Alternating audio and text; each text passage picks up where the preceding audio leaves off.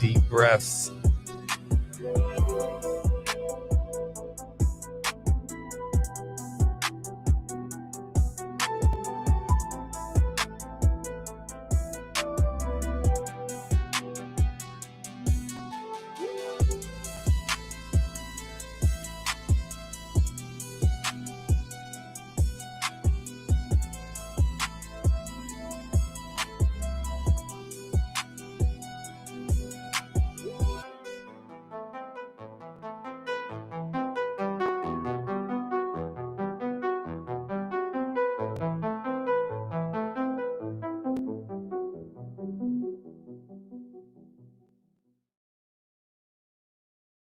It's time.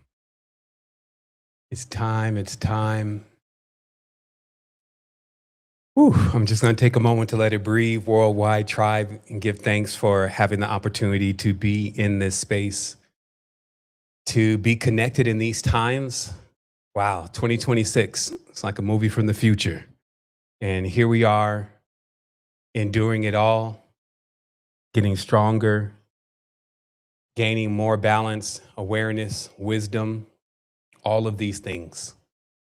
So I just wanted to take a moment and just before we begin today and ground into just what the world is experiencing as a collective. This wake up moment for all of us is unique. It's something that will transform us in ways that I trust, especially after you get connected into the message today and what is coming forth, that it'll allow you to truly make sense of it all, be balanced, be there for others, and also give them the right, left, and balanced level of being into the space, right? So yes, let's begin there. Checking the technical side of things just to make sure everything is on point, letting it breathe for just a moment. There's so much energy. I literally had this build prepared. It was done, if you may. And this morning, or I always call it the day, because I'm not mourning anything, but early in the day, just a flood of knowledge and wisdom and connection. And it was a feeling, and it just came through and it started delivering so much. I said, wait a minute, this is going to really, really mess up my notes. So today is going to be that flow. I do have some anchor points, but it's really not just what I'm going to talk about today. It's really about how you take it, how you feel, what you do with it. And so that's my goal and my intention, is to not just amaze you with information and knowledge and connections and synchronicities and entertain you, but to allow you to have this moment for yourself where if there's any more sleep left, that you completely wake up to what you're responsible for doing for yourself, and that you put that into play. I want to begin first, though, before I just drive off, by celebrating that it's already done. Like, we happen to be hyperdimensional beings. We are in a template that we're growing into of something very powerful. But because we already have that within us, it means it's already done. And it really involves the unity, something that always is, something that doesn't need you to choose. But the unity in being aware of that is actually going to allow you to stay connected, stay grounded, and stay strong in all of this. The more you move away from the unity, you will get picked off and rebooted. The worst thing that can happen for you here in the matrix is that you die. There is no such thing really as death the way people think of it, like that it's the end. And we're going to go deep into that today, but it's just that awareness of these things that you need to use like mantras, even some of these simple things, making sure that you're reminded at every single moment to not get triggered, to not get thrown off your balance, to not get taken off your path, to not get distracted from what you know you came here to do. And you can always count on absolutely 100% that your brothers and sisters here in the tribe will always be holding space. This is sovereignty mentorship, meaning that it is designed to teach you how to stand on your own, how to love yourself, so that you can in turn then unlock how to do that for everything else. But let's start with you, hence the term inner stand. So this is the tutelage of lifetimes. This is the university as we know it. This is the multidisciplinary, and you're standing here or sitting here or even laying here looking at it. And when I say looking at it, there's also a tribe of beings that are actually on the line here with me right now. There's at least 100 of us, but there's thousands of us across the world. There's also the thousands more that will be listening to this in the future. All that energy is here and present now because we're aware of it. So we give thanks for that connection and that vibration of unity because it's all we have, but in everything, it's all we need. Wholeness. So I'm just going to launch right in until the train actually gets into a flow, and we're just going to go in. Now, I'm going to go through a few things today, and as I said before, my goal is to not to confuse you. You know, if you feel like at times that it's becoming too much, just take a breath for a moment and then just anchor into what you do know. Or, as I've often taught, really everything that a person knows is on the vibration of their voice. And if you get on the vibration of their voice, you can basically do it a different way. Instead of you getting it like uploaded to you, you could open up a stream of communication. So it's like watching a movie where you don't really speak the language that all the characters are acting in, but you know what's going on in the scene. Right. So just remember, like you can pull back and you could just bask in it and develop more the ability to feel what's coming across, to dial in a bit more for you to tune yourself so that you know what you need to do. So this is about you. I come here right now to deliver this to you because it's something that I'm already doing, and it has been proving to be miraculous, especially in these times, for not allowing me personally and my family and those that are close to me and the tribe to be so bent out of shape in these times because of being out of box, out of pocket. See what I mean? So everything that I'm going to be talking about today is about how to get in sync. If you feel like, yo, this is already too much for me, I don't even know what's going on anymore. What happened to it? And then you start putting all sorts of people's names and prophecies and all that in there. If that's you, or you find yourself doing that sometime, this message is for you today so that you can ground back into the truth of what's important, stuff that we've already known, stuff that we've already talked about. But always, I'm going to be bringing it into a crescendo because we're also in the time of illumination. As my last video was explaining, like they've bought on the Illuminati, if you may, we talked about so much. They bought on their phase of illumination. And you're going to understand more about that here in just a moment. But what that also means is that there's an overwhelming amount of information for many people. That's even what the AI kind of is. It's like infinite information, but it's coming in a time where people don't even really understand how to use that information or can do something constructive with that information. And what this is akin to is how, when we get into these times of amplification, which these cycles are, that's why the days are shorter. They're spinning up hadron colliders. The planet seems to be moving faster. The frequencies are getting higher, right? So in these times, you're in an acceleration, but do you have traction? That's the question. Because if you can imagine a wheel and you're spinning this wheel and you're accelerating with this wheel, but this wheel has no tread on it, this wheel even has a little grease on it. Where do you think that that wheel is going? It's going nowhere. And since everything is about your will, this is like a cog. That's why they had this symbolism. It's like a cog. That's your will. Everything is about your will.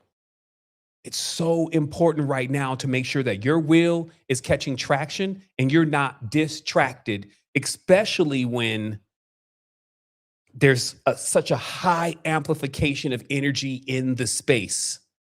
Okay. So we began last strong, as we call it. We don't call them weak anymore. We began last strong and the strong before, highlighting how it's really clear at the stage of adept to be able to see patterns, because everything then becomes based on patterns and symbols, and you start being able to file stuff literally into categories. That's what Enneology is. It's 9 archetypes, or the Ennead, or the Enneagram, or the 9 numbers, or whatever. These are archetypes, and these archetypes have a specific type of energy, vibration, frequency.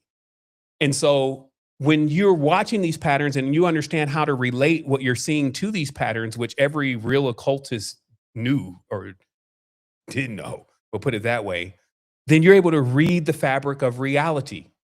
And so 2 weeks ago, we had, just to name a few, we had Mardi Gras. I'm naming that one first, right? So we had Carnival, right? So they was partying, they was lit. We had Chinese New Year.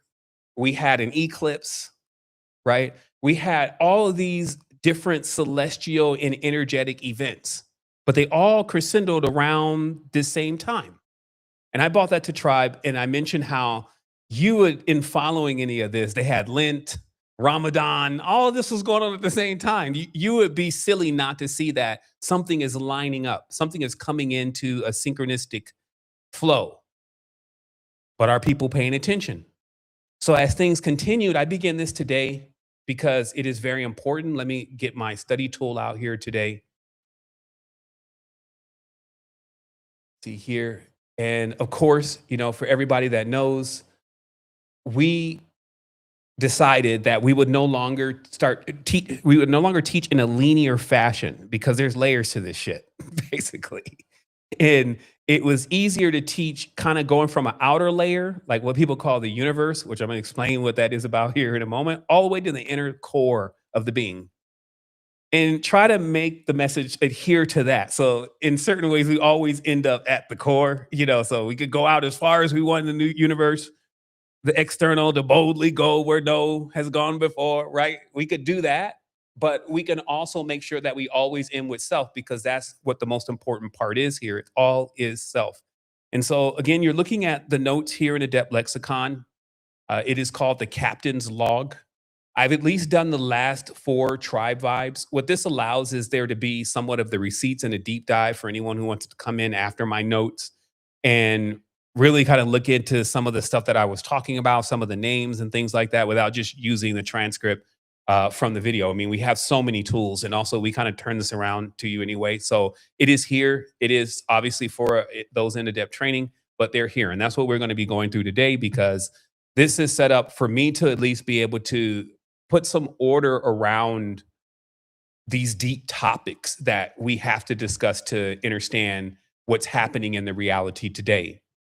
So let me just click through these real quick just to make sure that everything is lined up. And yeah, okay, so we're starting just here, and now we have some more patterns coming. So this just adds to our pattern list for this particular cycle, as we're watching a super cycle of energy, where now we've had this 6 planetary parade, right? So 6 planets lined up in the sky. I remember that happening a while back at some point, but it was one of those again. And then we hit the full moon, and then we hit this declaration of war, which of course is the big elephant in the room. And then we're sitting on this Venus-Saturn conjunction today, where it's 1 degree. So it's closest than it'll ever be. Venus is strangely right next to Saturn. And I always put the question there, what do these patterns tell you, right? For you to, just do your own kind of research. But mainly the research simply is that if you're paying attention to the things that can't just be controlled right away, meaning that this is not something that just happened last week, the Mardi Gras, right? Or Ash Wednesday, or the carnival, or the solar eclipse, or Ramadan, or new moon, or President's Day, or these are things that are synchronized from a time level. And when you're monitoring this again, you get a chance to activate what you should know in all systems. Let's say the most coveted system is the system of perfect prediction. Okay, listen to what I'm saying. It's a system of perfect prediction. It's like a prophetic machine. This is why the oracles became like the top in the matrix, because they could see the future. And so now we got Oracle, a corporation that is actually developing technology and has technology to see its future that it created in its matrix of numbers and structures, right? Because that's the stock market system, that's the intelligence networks, that's all of what makes up this new matrix. And so watching these patterns. Oh, give me one quick second here. Let me mute the lines. We got somebody just coming in. It had to happen. One point, somebody just drive right over the bill. Also gives me a time to take some water. And also, what I'm talking about is we're starting in the universe. This is an important point, because there's a course of camp that's like, there is no universe. There's nothing out there. You know what I mean? I can definitely say the further you get out there, it seems like you loop back around back into yourself. And I think that's what the whole thing about time and being able to bend space and time is really about, is that the further you start really getting to some of the more powerful concepts, if you may, of the universe, it seems like you get back to yourself at some point really fast. It starts to become this internal dark space kind of thing again. And, contemplation and thought being the root to creation, and, sitting in the darkness and stillness and that kind of fog and blackness. You see what I mean? So when you start getting too far out in the universe, you actually loop back around to yourself. That may be the secret of time travel. But as it is, there is stuff out there. Okay. No different than the person that may be sitting next to you right now, or the person that you may leave and go and visit here in a moment. They're out there. They're not necessarily inside of you. They're out there. That never stops well, it does stop maybe at a certain point, but way beyond what we would care. So we could say, hey, that never stops, that you could keep going out there and you're going to keep coming in contact with certain things. But as a master, you can actually narrow down everything of what you're going to come in contact with inside of certain maxims. Okay. And I'm just going to read this through because you got to dial into it. The Zen, the zone, synchronicity, deja vu, coincidence, perfect timing, momentum, overlay, ditto. All are related to the same thing, being in sync. How do you get in sync? How do you get out of sync? It's just basic questions to understand that the big thing is just in sync. What it's doing is it's sending pulses and vibrations, and those pulses and vibrations do affect us. So let's say, for instance, the moon sends out waves in its 13 cycles, okay? And this affects us because it is vibrating, it is resonating, but it is in for that intensive purpose out there. Now we know we have a copy, if you may, of the moon inside of us, but there's also one out there, the moon. And the reason why I'm dwelling on this is that just so you get, hey, you have to make sure all your principles are sound to go where we're going. That they're actually solid enough to when you're standing on one principle and you're like, okay, check. All right, raise me another level, raise me another degree. So all I'm saying is that what this out there stuff really is and what realities are really vibrations or movements, if you may. And the reason is because we see stillness as death. Let me just keep reading. Distraction, we're just going to finish this. Distraction is to become dislodged from your track or your path. as I was saying earlier, imagine a wheel going very fast, but also having no tread and even some grease on the rubber. It never catches grip. So it does not move, it does not progress, it does not develop, it does not grow, it does not mature. So I go on and mention, I say, it's all momentum. The main thing that the universe is doing is impacting us with waves, frequencies, and vibrations. That's what the external is. That's why we know we have a universe. I'm just concluding here for those that still don't believe that there's something out there. No, there's something out there. It doesn't mean it's everything that you want it to be, or it doesn't mean it's everything that they're saying it is, but there is something no different than it's somebody sitting maybe right next to you. And that continues. So sit on a foundation, stop playing like there's nothing out there, because it's blinding at times to what is just right in front of your face of what's there. You see what I mean? So as we continue, I say the cycles of the moon, the pulses of the planets, they emit light, because the true confirmation of life is some type of motion. Meaning that when we see something die, we confirm it's dead because we do things like check the pulse. And if there's no more motion, we're like, okay, they're dead. But me and you both know on a cellular level, there are many things that will remain alive.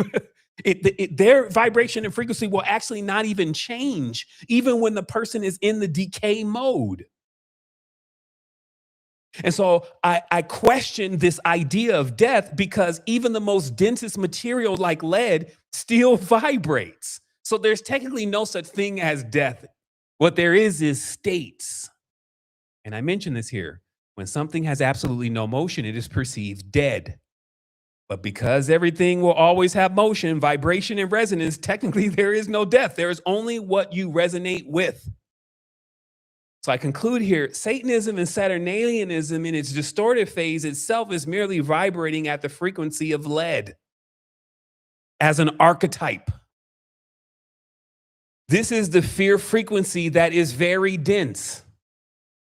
This spirit power, because that's all these really are. These are the currents of the serpents, if you may. These spirit powers, this one rules, not like just this idea of a king ruling on a throne and over everybody, but more of like your urges are causing you to be like this. So it becomes your rule to be like this, or your role. These are the same words, to be like this. And then I say, this spirit power essence rules or directly expresses itself through fear versus love. Okay. This is why all the Saturnalian gods, they are terrible gods in that way, meaning you're taught to fear them. It's not like you're taught to love them first. It's kind of like you're loving out of fear. It's a weird kind of thing, but really what it is an inversion from the great mother always being the root to all of any kind of religion or tradition of spiritualism, right? Because the root has to be love. And naturally, you know, your mother loves you. When things are in alignment perfectly, I mean, you're eating from your mother now. So this really becomes a redundant thing. It's redundantly encoded that, yeah, your mother loves you. So when you start learning your quote unquote traditions, which they're calling religion now, the main deity in the theism is love, not fear. Okay.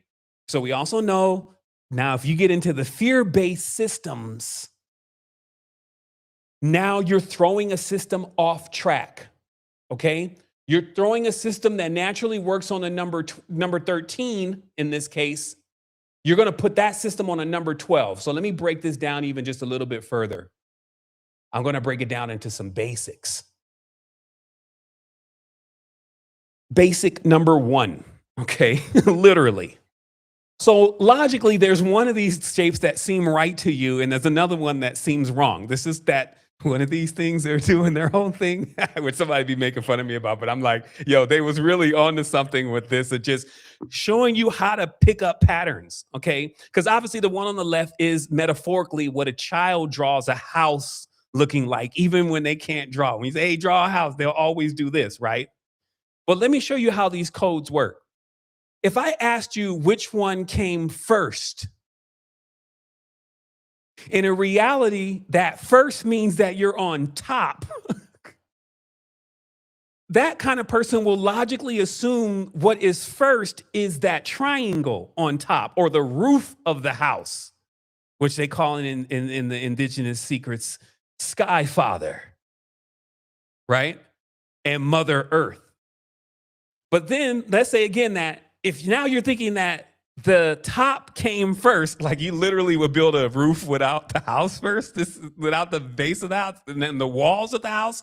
This is ridiculous. You would build a roof before the foundation of the house and the walls of the house.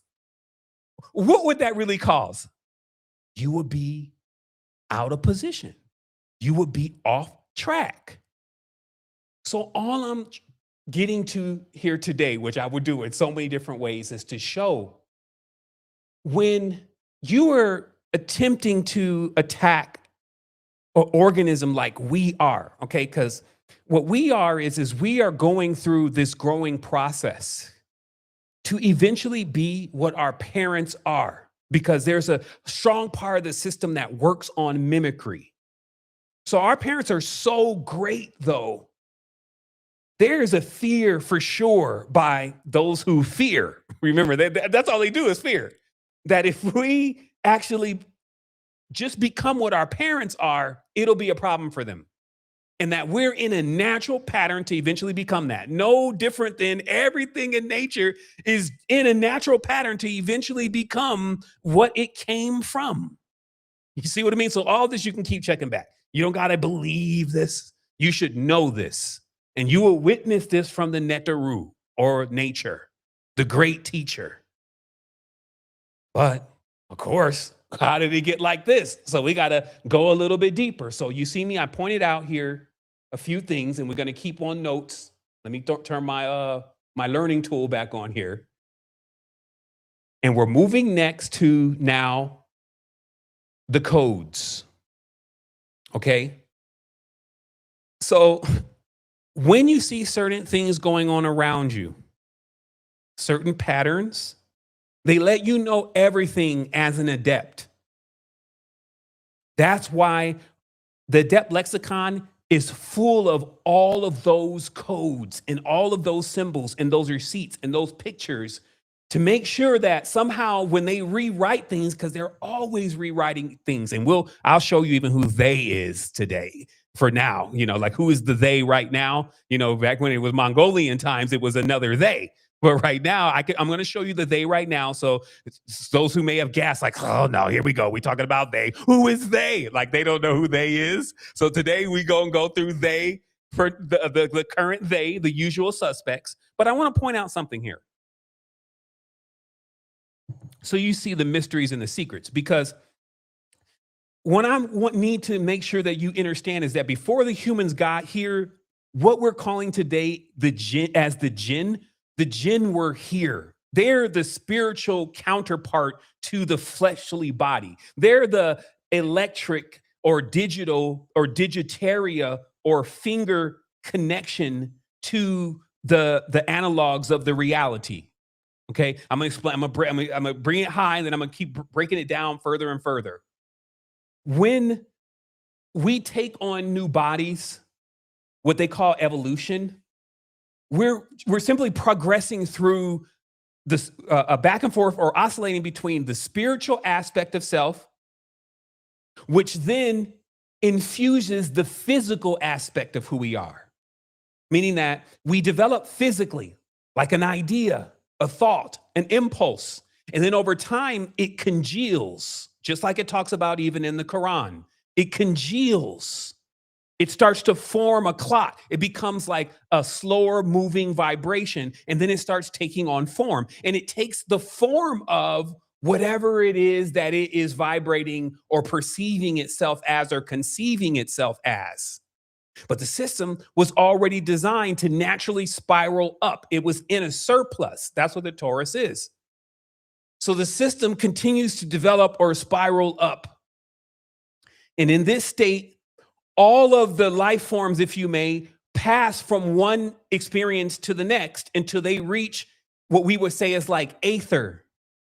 So they will go all the way from base to what we would say is like gas or light.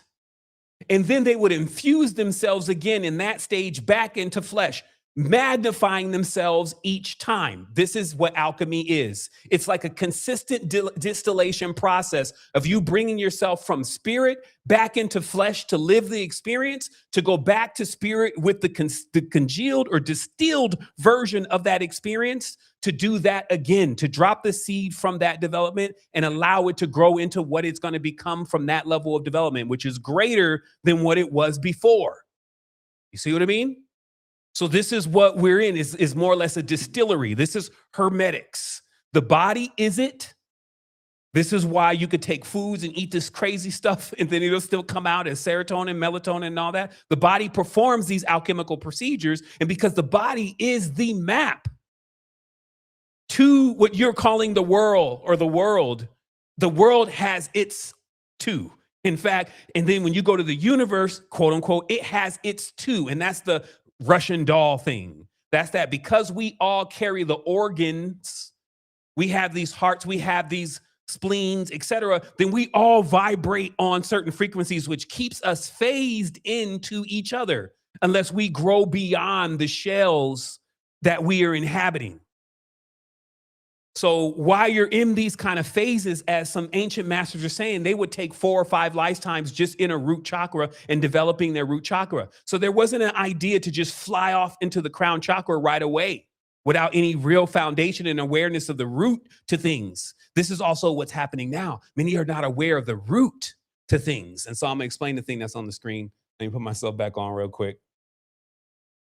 It is better when I'm off screen though, because I just like, there's almost like no echo chamber, nothing for me to tap into. So I'm just like, I just forget that I'm even here. So I'll dial it back in because there's still a bit in today's build.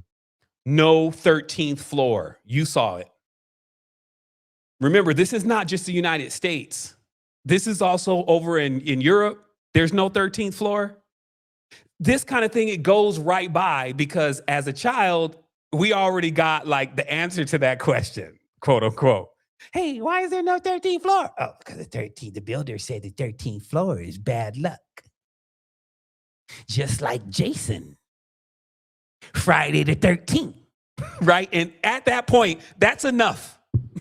Literally, someone can go for the next 30 or 40 years believing that Friday and the 13th is bad luck. And there's no 13th floor. And people miss this kind of thing and don't realize these are master codes from master builders. Because who built the building? Who can build a skyscraper? You see what I mean? A master mason laying a cornerstone. No 13th floor. Why? I'm going to show you. The secret to what is hidden, just like the message says today. The hidden one, cross that one out. The zero, okay? Because there is no hidden one. They throw everybody off in this kind of matrix. One, it's like a Jedi mind trick. They'll sleight of hand you so fast. They're magicians in that way. It's really the zero or zeroth or cipher, also known as the cipher. Let me go through it. This is what you would know as a base level 101 occultist. That M in the English language is the 13th letter, right? Go check it. I may be wrong. They may have Mandela affected me. Also, in Hebrew, M is the 13th letter. And for my Tibetans out there, M is also, which is depicted as an owl, is the 13th hieroglyph. Okay? It makes them That's what it says when you read the hieroglyph. Okay? So how is it that anybody can believe that English is not, and even other languages like Arabic and other languages like Hebrew are not all tied into some kind of spell working system? You see what I mean? So this is what we talk about non-initiates. They just don't, they don't do the math. Nobody has taught them to do the math or the ma'at. So they're uninitiated in that way. Now, it's a shame because at the end of the day, the knowledge, why would you need to be initiated to even get the knowledge? The knowledge should be given freely. So this is what you should understand about these institutions right away, is that if they're not giving the knowledge freely and you're actually in the institution, There's some kind of mind control going on with you too, and you got to admit that. Meaning that there's a lot of these people in these religious institutions and all this stuff, and they still shielding it, but brother, but this, and I'm like, but the origins of it is there's a secret society for sure, and there is knowledge that you're not being passed, and so thus you're confused until you get that knowledge. And here is the knowledge freely, and it has always been on the internet. Meaning that even Jordan Maxwell, if you listen long enough, he's saying it. He's telling you, I'm not the first one. I just do it my way. I did it my way.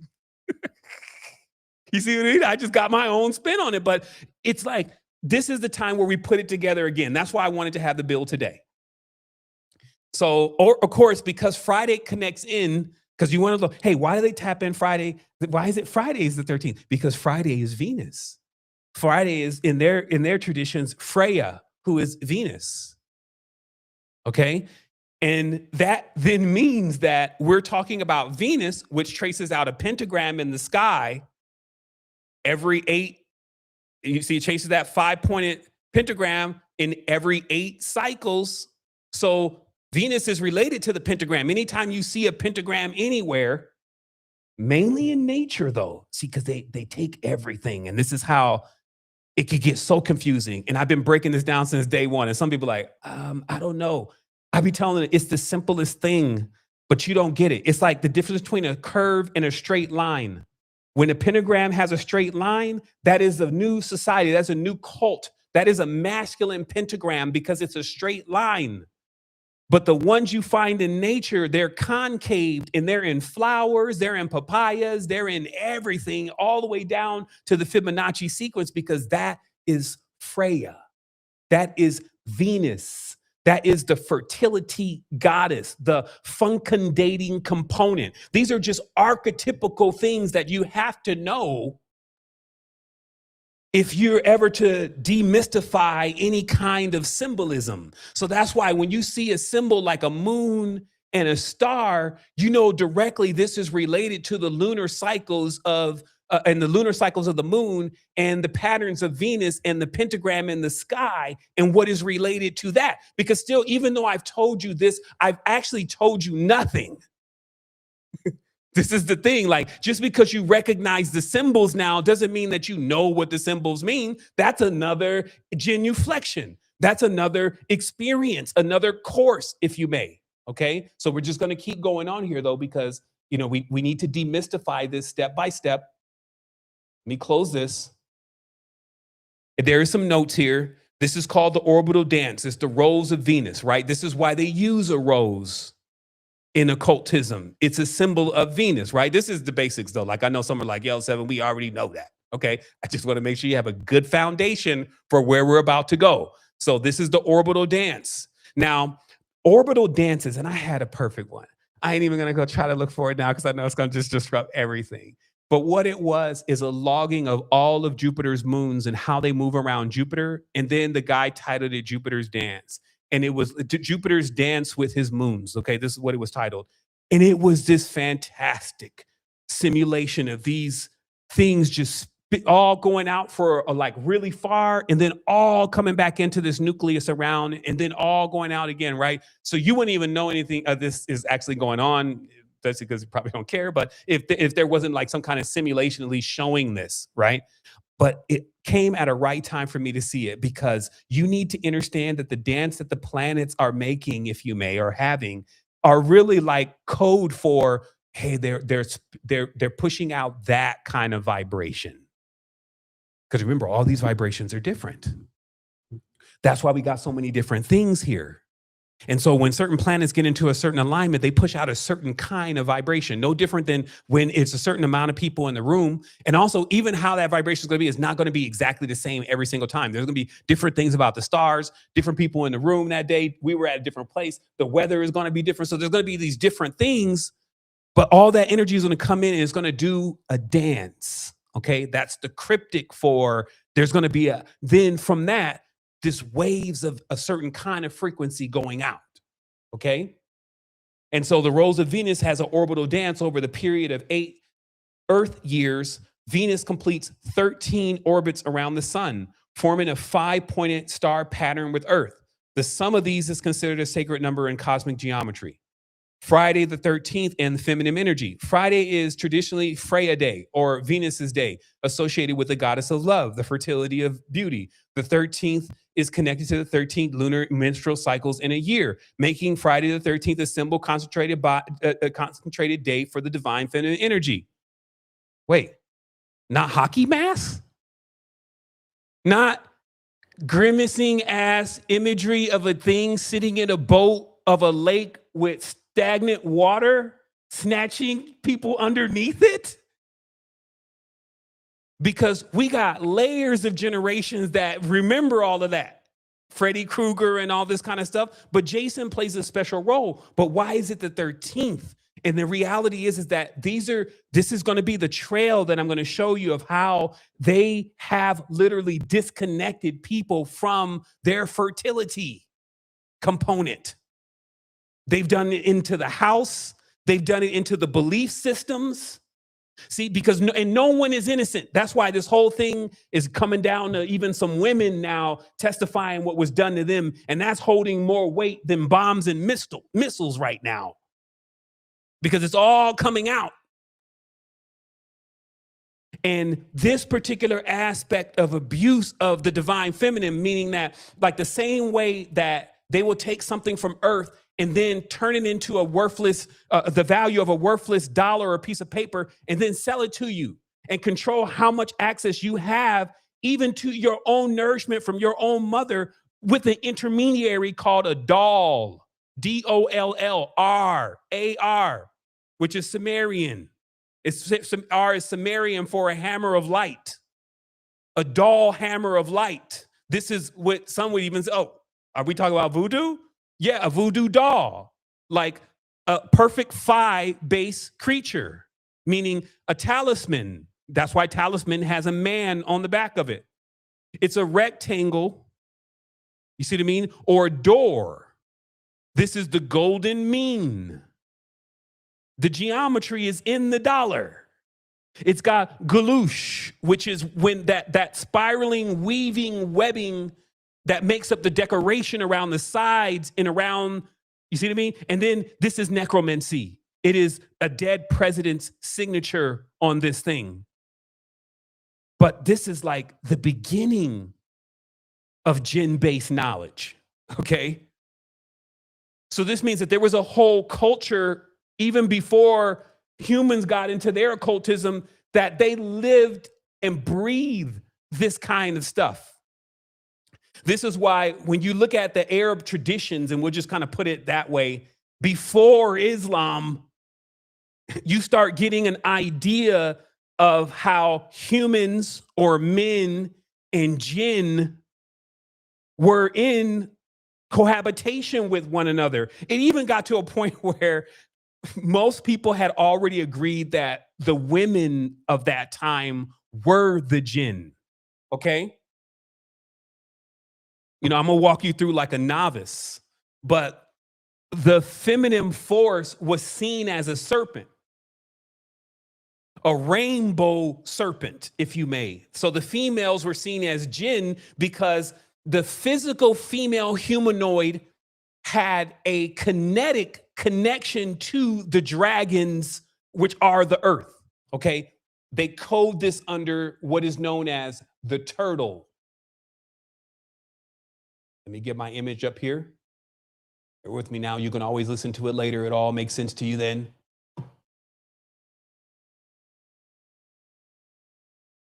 The turtle. So there's 13 segments on the back of a turtle and 29 or 28 notches on the back of a turtle, generally, if he's not a GMO turtle. There's a sacred turtle, and this is where the idea that we were all on the back of a turtle came from, and then that just didn't make any sense, right? Because I feel like, yeah, a turtle, it's a code. The turtle is the oldest reptile. You could call it a dragon. If it even came, if it awaked, we will all go into the next stage anyway, because the earth wouldn't even be stable. The earth would be like earthquakes that were so strong.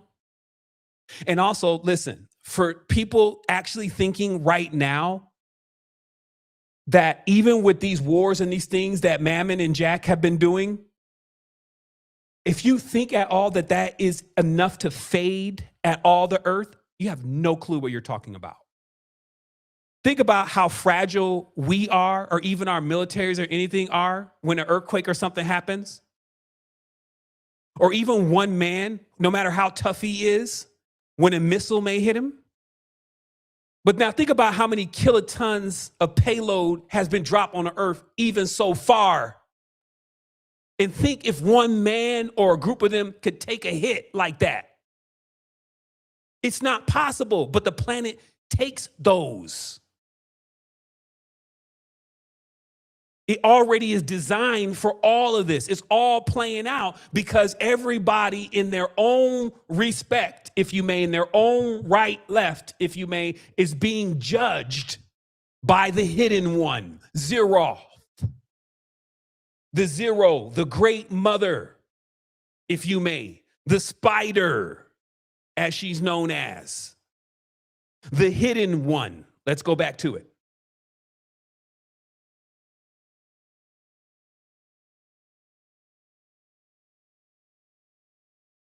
One moment here.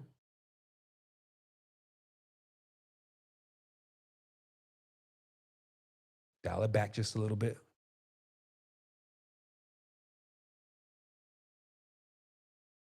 Okay, so let's go here.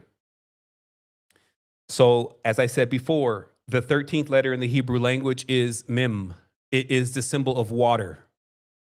The 13th hieroglyph is the owl. The symbolism is all around. Darkness, water.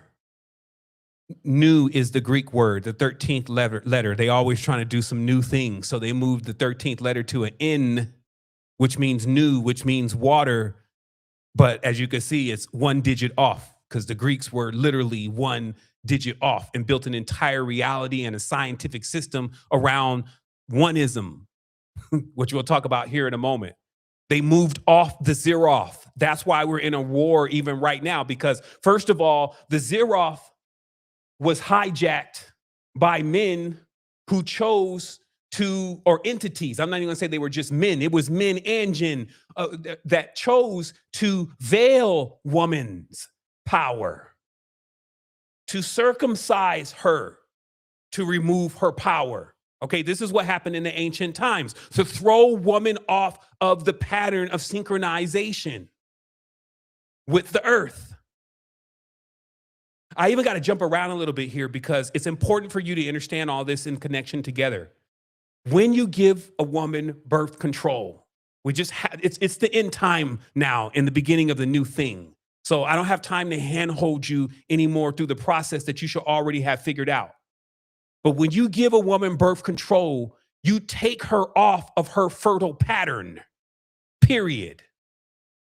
And I'm here to tell you that while you don't think that all of this stuff that's going on is connected today, that we're even seeing now, we'll just call them the Einstein group, which you already know who I'm talking about.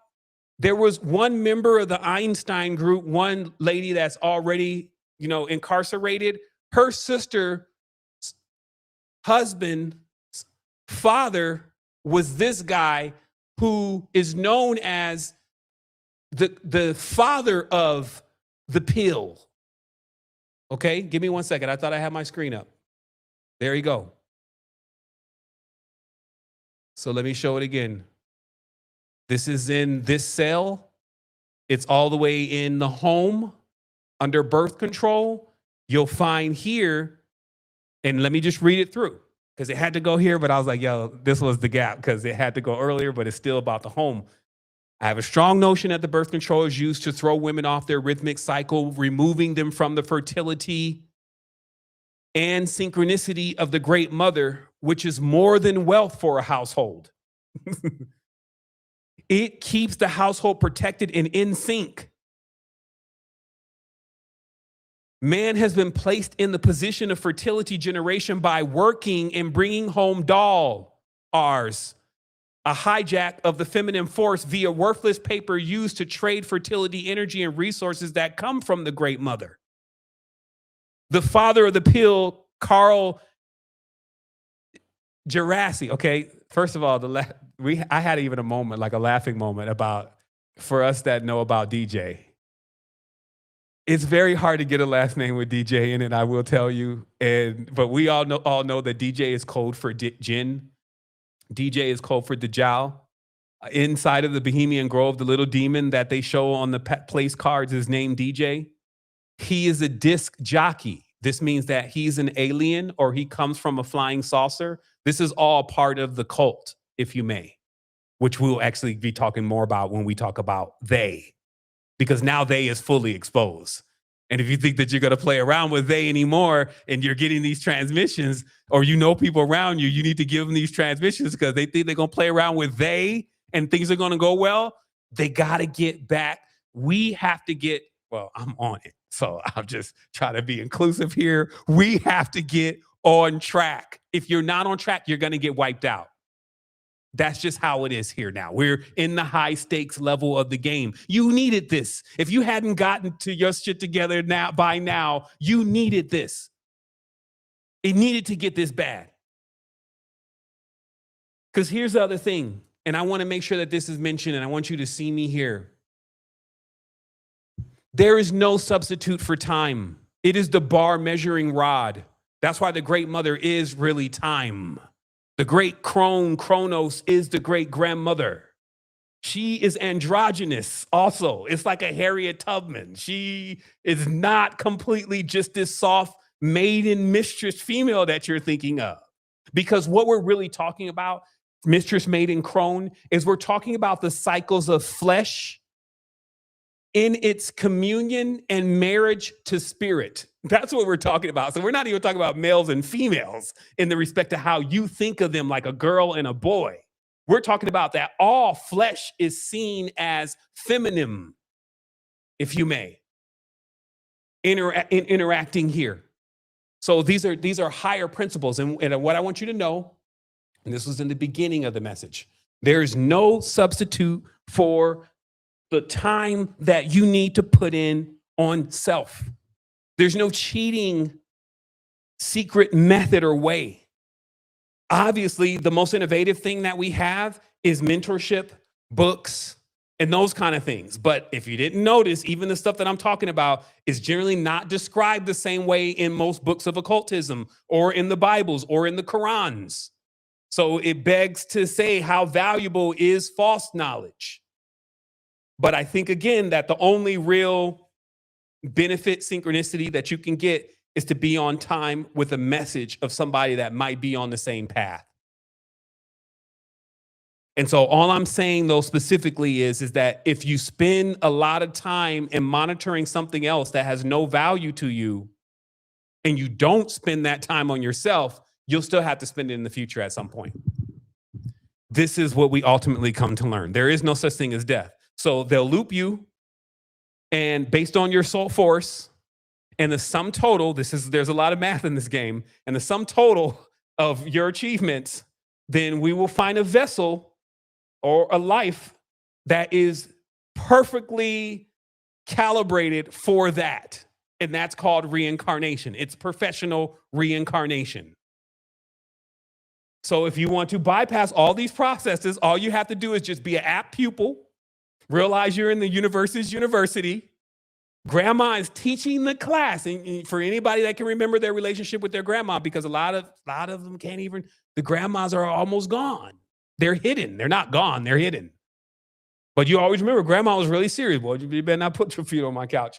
Why are you in here looking in grown folks' face? I remember that. It's like, yo, again, some people are like, oh, that was too harsh and that stuff. But you got to realize that there are archetypes, and there's a reason why those backstops are there. Because there's going to be time in the future where you get so much power and so much energy, you're going to need that voice and that backstop to keep you from doing some of the heinous things that people that have tapped into some of this power are doing now. Because they have no ground. You see what I mean? So it's like, there's a real lesson here to be learned, and that lesson, you want to learn it gradually. You don't all of a sudden want to learn it all in one moment. So thus, it has been spaced out with time.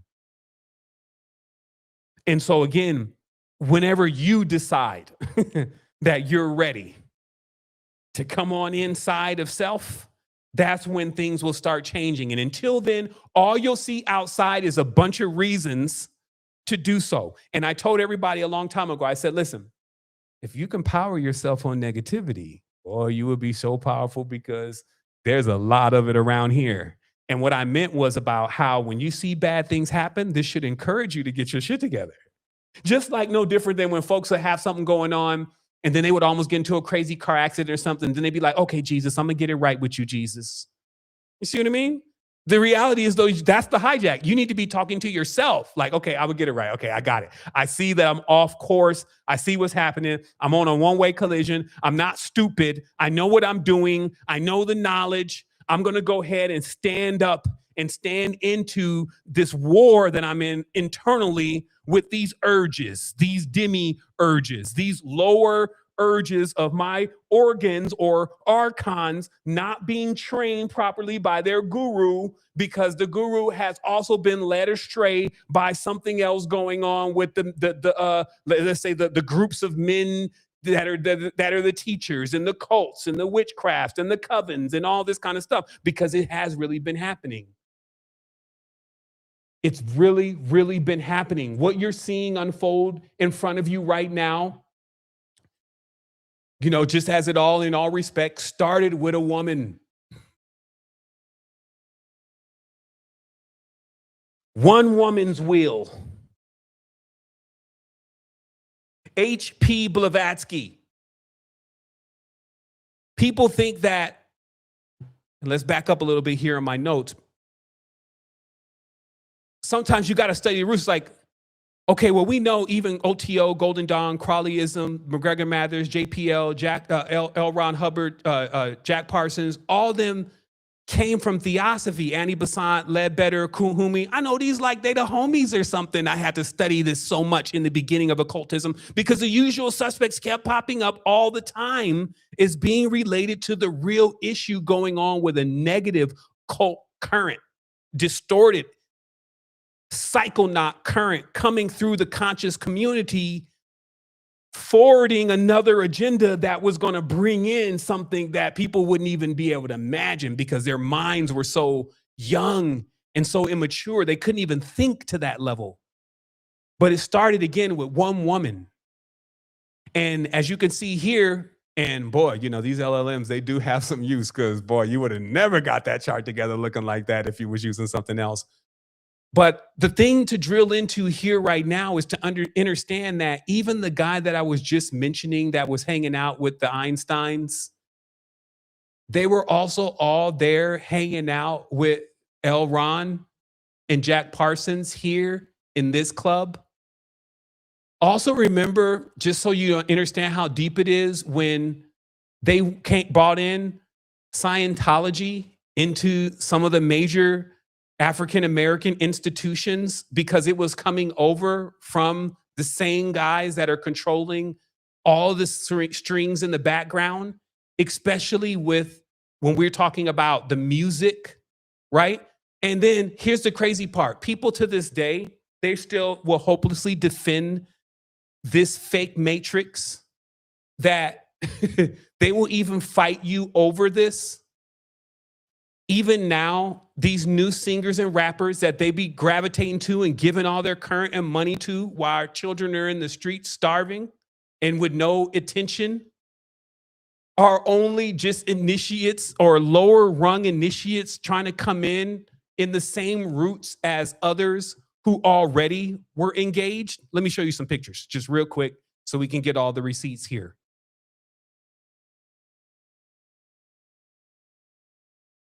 Let's get some receipts here.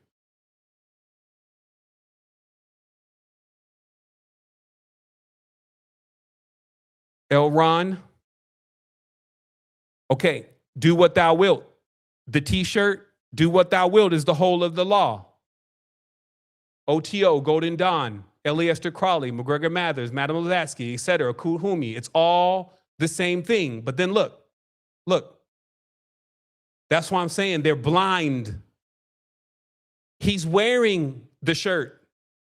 Nobody knows what it means. Nobody knows what's going on. Nobody knows what's happening. They're just running behind all these people. They're clout chasing, as they call it. They want to be with someone famous, some star. They want to wear some jewelry, some little goop, some stuff that you would give a lower level jinn to feel excited. Maybe a gold chain, maybe some Fanta, maybe a contract with Fanta. But it has come at a cost.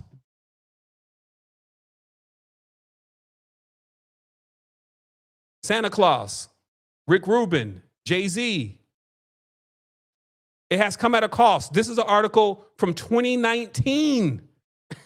Man, I was a young buck then.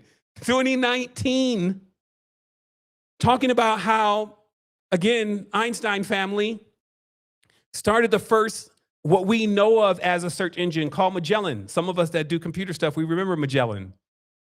And that was the first systems to start aggregating and taking people's data and start using it for intelligence. This article lays it out. I've linked that inside of the articles, but it just lays out everybody. I don't know who wrote this article. They may not even be around anymore. They laid out everybody, showed the whole connection, and then ended the connection showing how this guy here, again, they're working with the birth control pills because they need to block the fertility pulse. That's what they've learned. This planet, the main entity will protect, literally protect, no different than a mother won't protect her young. You see what I mean? It will protect its young as long as the young are on the same frequency as the mother. So let me slow down real quick, because I want to speak to the energy. So you get off the frequency of love for sure, really easy these days. But the reality is that there's also patterns that are triggered through pain and things that you've experienced in this existence and that are also in the DNA. So you can have a relationship with somebody, and this is what I just want you to understand though. The juices must flow, meaning that your serotonins, your melatonins, all of that energy in itself, the nucleus of what that is, makes up the strength of your spiritual field, your aura, et cetera, and the quality of that. And so when I mean the juice must flow, what I'm saying is that if you know how to cultivate that and preserve that, you get increasingly more powerful, so powerful that you actually are able to, when you think, if you may, or imagine or project something, it is already almost solid, because you're literally projecting it and creating it from your own chemical system, if you may. Just listen to what I'm saying. This stuff is easy. It's basic. It's 101. So we have all these fluids and all these chemicals, but those are really vibrations, rhythms, resonance, all this kind of stuff.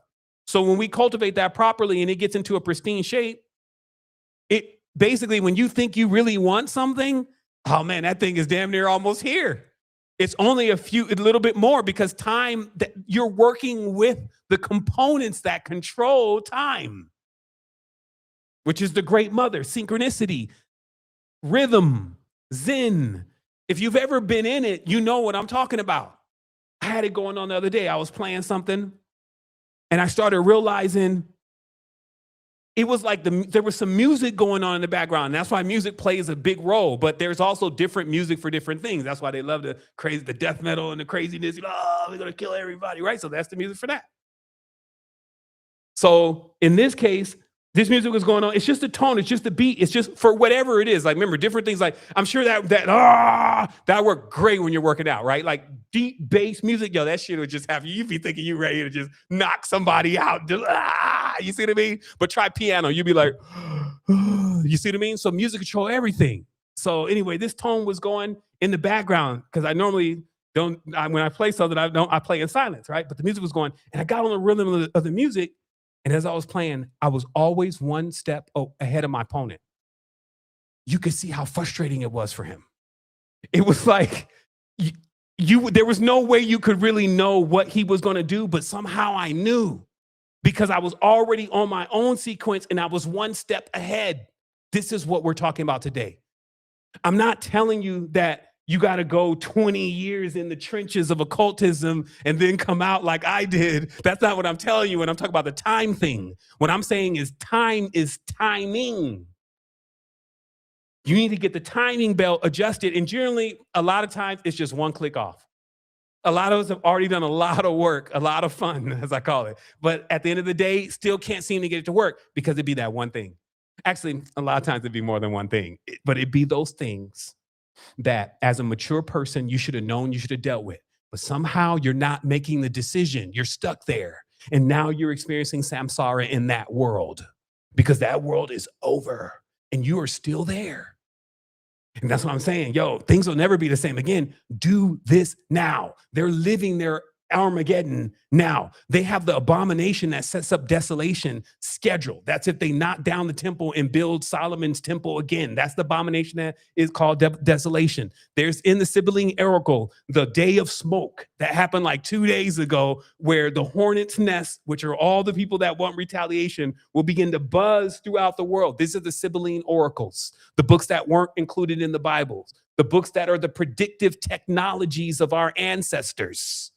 So you got everybody mostly off base, not even looking at the core fundamentals to how the whole thing really was put together and works to get forward to, because you won't be necessarily going backwards in this case, but to get forward to this. Let's put it up on the screen. Let me get my little picture in here. Forward to this. So I noticed in the code, especially with the code of the matrix, that this institution for sure, meaning in the Americas, was hooked on this letter P, okay? Like the papacy, paper, prophecy, power, like all of these P words. And I found out that the root to all these words in the Indo-European is actually poti, almost like the word POTUS. And it just meant the ruler. That's what the ruler was called. So all these words like professional and, all the P words that seem to equate that it's way over or on the point or the pinnacle or proceeds. You see what I mean? So there's all these words that's because that's built into the language in that way. And the P is the solar cult of distortion. Okay. So they are like, everything that can happen wrong with number one. They are the inverted version of the sun. Okay. That's why I like to call themselves the dark sun. They are the antithesis. This is why they like to play around with the ideas of the demiurge, because they are blinded completely by the light. They are psychonauts. They are out of control. They don't have control in their minds at all, because see, one's thing is about control. So when one fails, one is out of control. You see what I mean? So these are just archetypes. Also, one thinks it came first for obvious reason and teaches it to everyone else. But one did not come first. One's mother came first. Zero. And if you don't know that, then you don't know math, because math, like the word algebra, comes from the Arabs as far as when it was translated back. It's all Kemetan, but the Arabs in Kemet in Egypt, this is why it's all like, it's all 1001 Arabian Nights in your mind, because it's all technically the same place. Even the Hebrews, all of them are all technically woven in the same covenant. And this covenant is the craft. And again, they have a new craft they want to bring in, but the old craft, you can't like try to bring in something new if you don't know the old thing. Okay. And so this is the old thing. This is the grandmother, if you may. So what I'm pointing out here is I'm pointing out, first of all, I noticed that, again, the papacy or the patriarch is heavy on the word P. So in the other word, but also, okay, let me get my thoughts here. So I was on this meeting because we're doing some big stuff, or at least doing our best to do big stuff, and work with the children in Africa, get them educated. And we were having this meeting, and I noticed everybody on the lines, either first name or last name, or sometimes first name and last name begin with O. And they were all Africans. And I was like, or Alkebulanians. And I was like, okay, are we not all seeing this? what is up with, maybe it's just me in the language, but what is going on with the use of the O here? So it was like, I even got distracted from the meeting because I just wanted to get off the meeting and see if my hunch was true. That the reason why these Alkebulanans are using this O so much is because their ancient tradition was already encoded with the Great Mother. Now remember, all these traditions got hacked. So I'm not telling you go and worship voodoo. No different than I'm telling you to go and worship with the jinn in old Islam. No different than I'm telling you to go and become a Kabbalist. You see what I mean? Do something new, why don't you? Find the whole synergy of the truth and actually put Humpty Dumpty back together again and move on with your own power and stop trying to find somebody else's. Because the reality is every time you're looking outside of yourself for something to save you or to give you money, you're doomed. I would tell you now, mark my words, you cannot go outside of yourself trying to call on something else or expecting that something else to do something for you. That is what sovereignty is. That's what your grandmother is trying to teach you, that you can stand on your own two, like boom. And you don't need nobody else, nobodies. You are a spirit, a cipher, a cipher in a world of math. Remember, the whole matrix is math. It's math. It's numbing. It's numerology. This is why everything is on a number. I can peg everything going on through enealogy. You can tell 80% of what a person's going to bring just from their first name and the first 3 letters in their first name. So let's just look at the first digit, and the digit is 0. The 0 or the O is breath, it's spirit, it's water. That's what it means in all these tongues at its root. It's the first thing. It's the hint to just let you know, yo, if you're on that one thing, if you're on that oneism, homie, expect your rab, as they say, meaning expect the judgment then, because what would have happened then is that you completely tapped into the wrong program. And when the program came to an end, you were still connected to the program and it was terminated. Just like they talk about in the Matrix. They say, well, who's the Merovingian? Just old programs that never want to retire. Remember that line in the Matrix?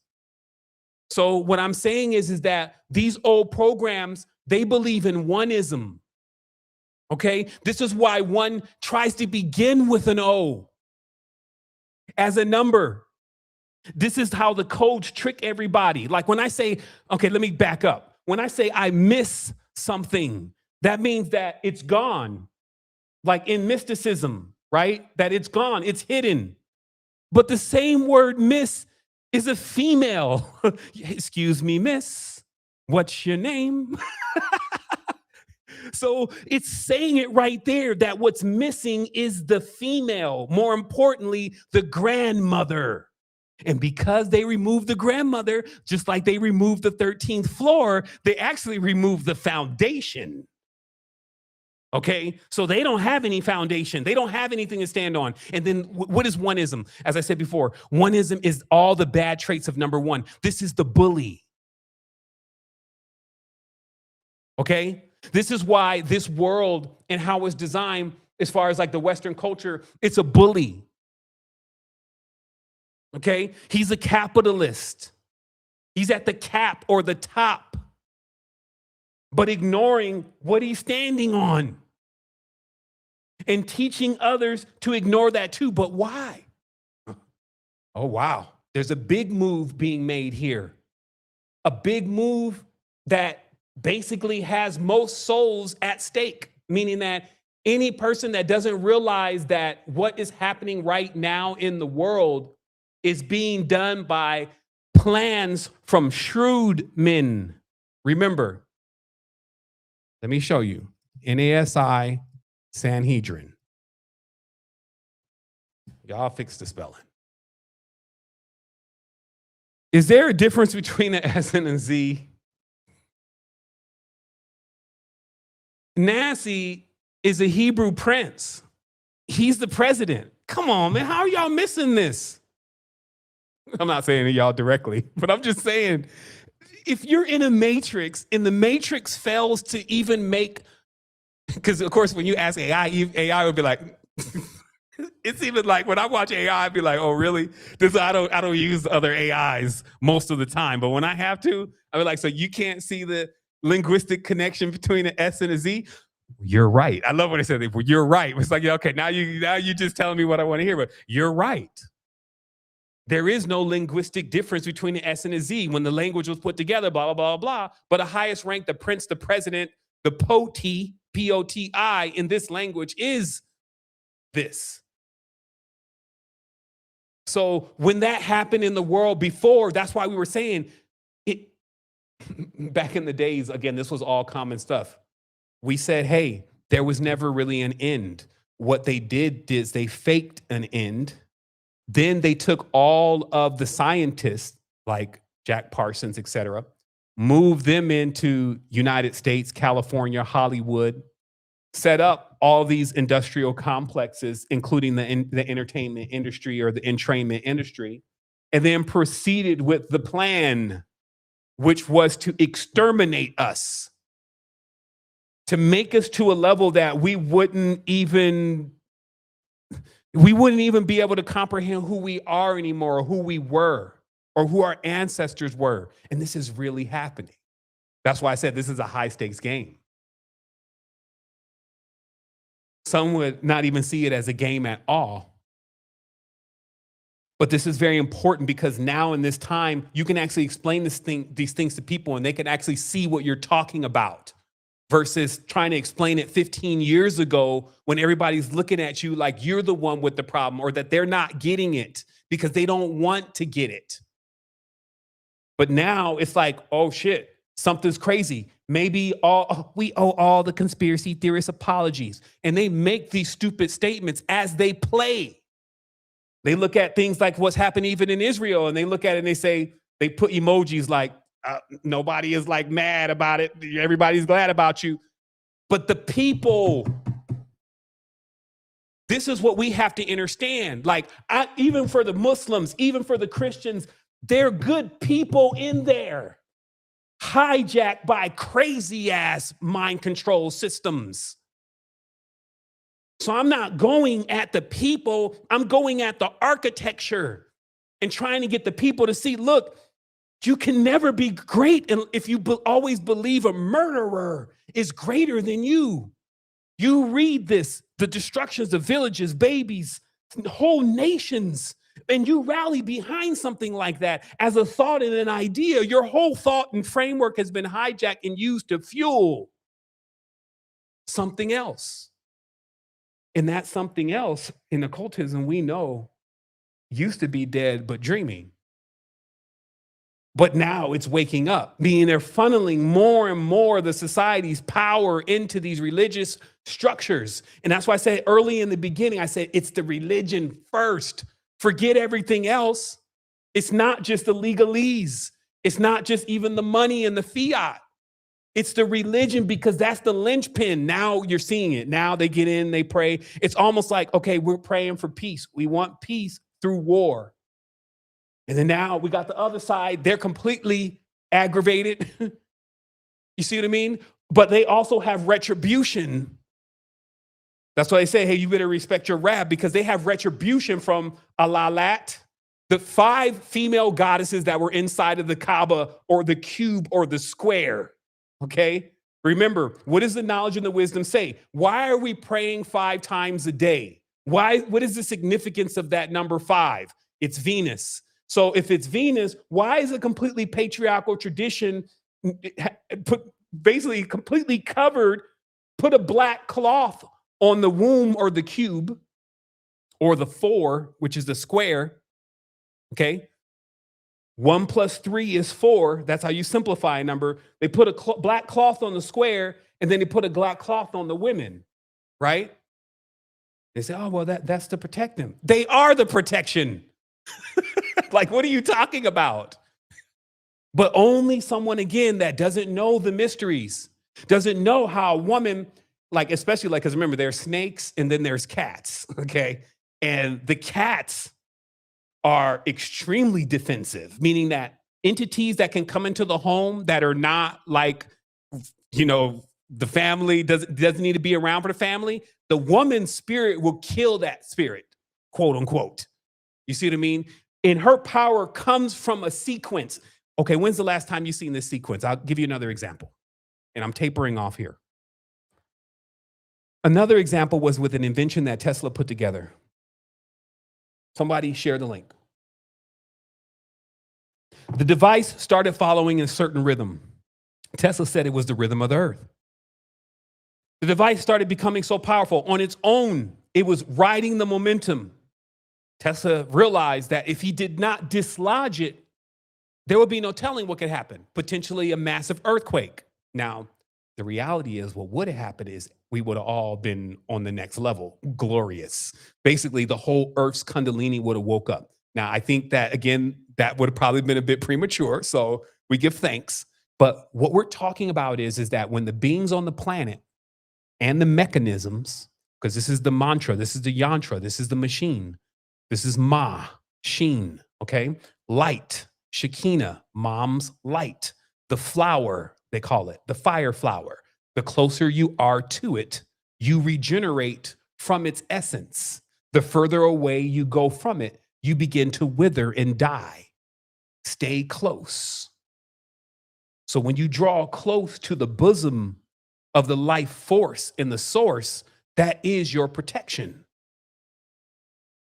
When you're led astray and then cut off, which is symbolic to cutting a child's umbilical cord, the silver line, if you may, is cut, or the root is cut. This needs to be reestablished. One has to put in work to establish that. But what it looks like is an NPC, a person running around and they have no tether to instinct. They have no tether to the natural form and rhythm of the planet. So they're off. See what I mean? And so I'm just giving you all the codes and all the details around this because this is what is hidden. This is what is veiled. See, and then what they do is they say, okay, the mysteries are around the pentagram because now they've completely hacked Venus. This is where Saturn, or the negative traits of Saturn, which is the next day, Friday and Saturday, where Saturn will dominate Venus, dominate the power and the energy. This is man, if you may, or masculine, or heavy, or lead, or weight.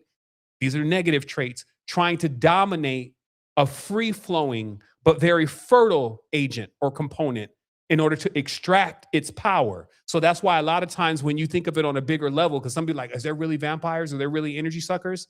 From the most estranged level, that's what that is. It's a vampire or energy sucker, something that is depending on something else's energy. So then you see, when you become a member of the religion, you become a vampire. This is why they all wear the cross. The cross is not, the vampire is not afraid of the cross. The vampire is the cross. The cross is a corruption of an Ankh. The Ankh then gets into a previous cult that was centered around necromancy. It was centered around raising the dead and communicating with the dead to find out mysteries. That's what the oracles were doing. No cap. You see what I mean? So then, as I said, when people start coming behind these ancient mysteries and they're not initiated, then they try to do this stuff themselves. They get contaminated because there's already beings, the closest ones to us in these low vibrations out on the arm of the galaxy, as they like to say. The beings that are right in the next envelope are rather nasty and rather selfish. That's why they're so far away from the mother. You see what I mean? That's the universe, what's outside, if you may. So when you draw completely in here, you are touching everything. When they can take you off a sequence, and I didn't finish my idea earlier, but one thing that you need to know is that even now when we're seeing even atrocities happening in the world, you also have to know that you have felt in this life at that magnitude of suffering. Let me explain this. Some think that sometimes it's just what's happening to you that is determining how much suffering you're going through. And in reality, I just gave an analogy. There is someone that can suffer a certain way because they lost a loved one. And there's another person, like through death. And then there's another person that could just get broke up in a relationship and feel that same level of sadness. And that other person is nobody's even dead. But then somebody judging that, coming in as a third party, would say, yo, why are you, man, I lost the person that I love. Why are you even bent out of shape? And then that makes the person feel like, yeah, You're right. I'm over here bent out of shape. And this helps. Sometimes I'm bent out of shape, but people are suffering far more than me. I will pull back from this kind of thinking. You're analyzing other people within your own mathematical equations. That's easy to throw things off. People have a tendency to be experiencing the same intensity and magnitude of suffering based on the trigger. Because when the trigger opens up, it opens up a chain reaction within the DNA of things that happened a long time ago. And the person feels the sadness, the fear, and all that coming back in waves when they're triggered. And that's why I say the TV does it. All these snuff films they got on Netflix, all this stuff, it triggers stuff that for us, it's like, but there is a balance to this. I want to make sure that's very clear that there's a constructive aspect to what we're experiencing. That's why the grandmother put this together. That's why she weaved this web, because it is the most powerful one to master it. Even if we could open up a multidisciplinary in this and not even be scratching the surface, you get an idea of what's really going on here with all these plants and their story, all these chemicals and elements and their story. These things that do stuff to us, bring life back to us, remove our ailments, all that is here inside of nature. And we even have technologies now that can collaborate all of our knowledge and put it all together and give us more answers to what we need to know. But the world is distracted right now and focused on some forces. And these are the forces that I'm pointing out. They're working on a spiritual level in the occult, and they've been working the craft for a long time. And like I said, what happens is even good Masons, as they call themselves, that are even trying to stand up, well, we weren't supposed to do collusion with Russia, and I'm bringing here, we're coming in, sitting in the committee. They don't even realize that it's the oath you signed already. And when you're called upon, you will say what you need to say. And remember, a lot of it is like Hollywood. Almost all of it is Hollywood in a way where each of them are trained to be actors. That's why they tell you in politics, it's more about favoritism and popularity. It's who people like. And this is what happens to have a larger percentage of them not really well learned in that way. You see what I mean? Because people are not choosing who has the real sense and power and stability to rule. They're choosing who they like the most, who jumped off the top ropes when their favorite song was playing. You get it? So now the system of control is completely zoomed in and specific to even each person. And I'm telling you, you're immune to all of this. It only takes you to just wake up and snap out of it completely, not part of it, but all of it. Now, I want to show you some things just real quick, and then we're going to open up some Q&A. The first thing that I want to show you and tell you about is that obviously some have noticed that I haven't been frequenting YouTube as much. And I want to explain something that we all need to dial into and make sure we are aware of, and that's how we're spending our time, because the time is the real quotient. It's the only thing that we can't really buy or get back. And so it shows you its value. So I've been watching lately, when I do have the opportunity, how the conscious community at large has gotten into this idea that they think that just to tell people about what's going on is enough. And it is absolutely not enough. We did that already. If you're just coming in, like there's a whole new group of new cats, right? And they think they got the whole thing figured out, except for how to actually gain spirit, how to actually be genuine, how to actually realize that this is not just about a bunch of likes and a bunch of people saying, man, you're so smart, you really put that together. It's actually about people progressing with what they know. So what I've done is I've taken my life's work. And so I'm gonna show just very briefly how everything that people could perceive as what would be a problem, that because we're actively always funning on the problem, we already have the solution. Round one. There is an extreme fascination that we all have with consciousness and expanding it, and knowledge and wisdom and secrets.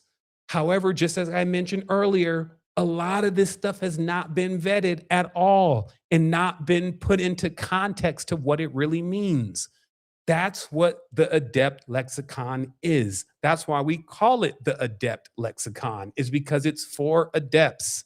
And also, some may say, hey, I don't want to necessarily join into the tribe. I've heard that a few times. This is a system that if you want to just come and learn in, you can just come in and learn by yourself and utilize the tools that are here.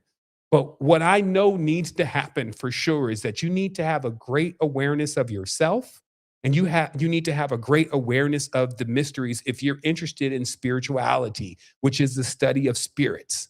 And then there's some things that you're just going to have to get over alone, meaning that some have this thing where they're always still trying to find this powerful force that they're going to use to get vengeance on something. And it takes time to work through that. And the part of that is actually looking at deeper levels of occult knowledge and seeing the play, if you may, going back and forth between different types of beings and their stories.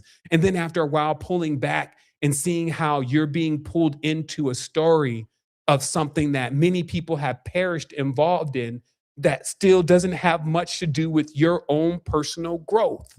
And so also we made sure that since we wanted to go 360 degrees in this, that it would also be about you, meaning that we've placed in systems that just know about you based on the archetypes that we've already been beta testing for the last 4 years.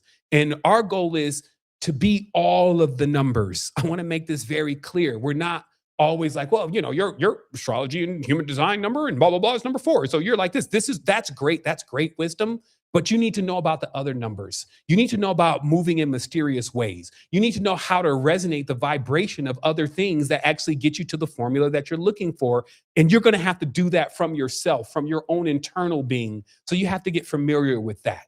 Also, there's always the time to figure out what happened. Like somebody always wants it spelled out for them. Like, so what happened first? But we love linear stuff. Like, okay, just tell me what happened first. And then how do we get to where we're at now? That's why we put the timeline together. It's thousands of events that have gone on and with imagery to show, hey, from the time that we began here, this actually starts rather casually. We went 20,000 BCE because especially with the Igbo, the Ogume statues, etc., or the Ogme statues, that there's history, her story that predates biblical tradition. So we wanted to highlight that, but also to highlight even the story around humanity. Now, humanity has been constantly dealing with something trying to hijack its consciousness and tell it that it is the supreme being, and then make sure that they don't believe that they are themselves. It becomes obvious. And then you start saying, you know what? I'm going to do something different this lifetime.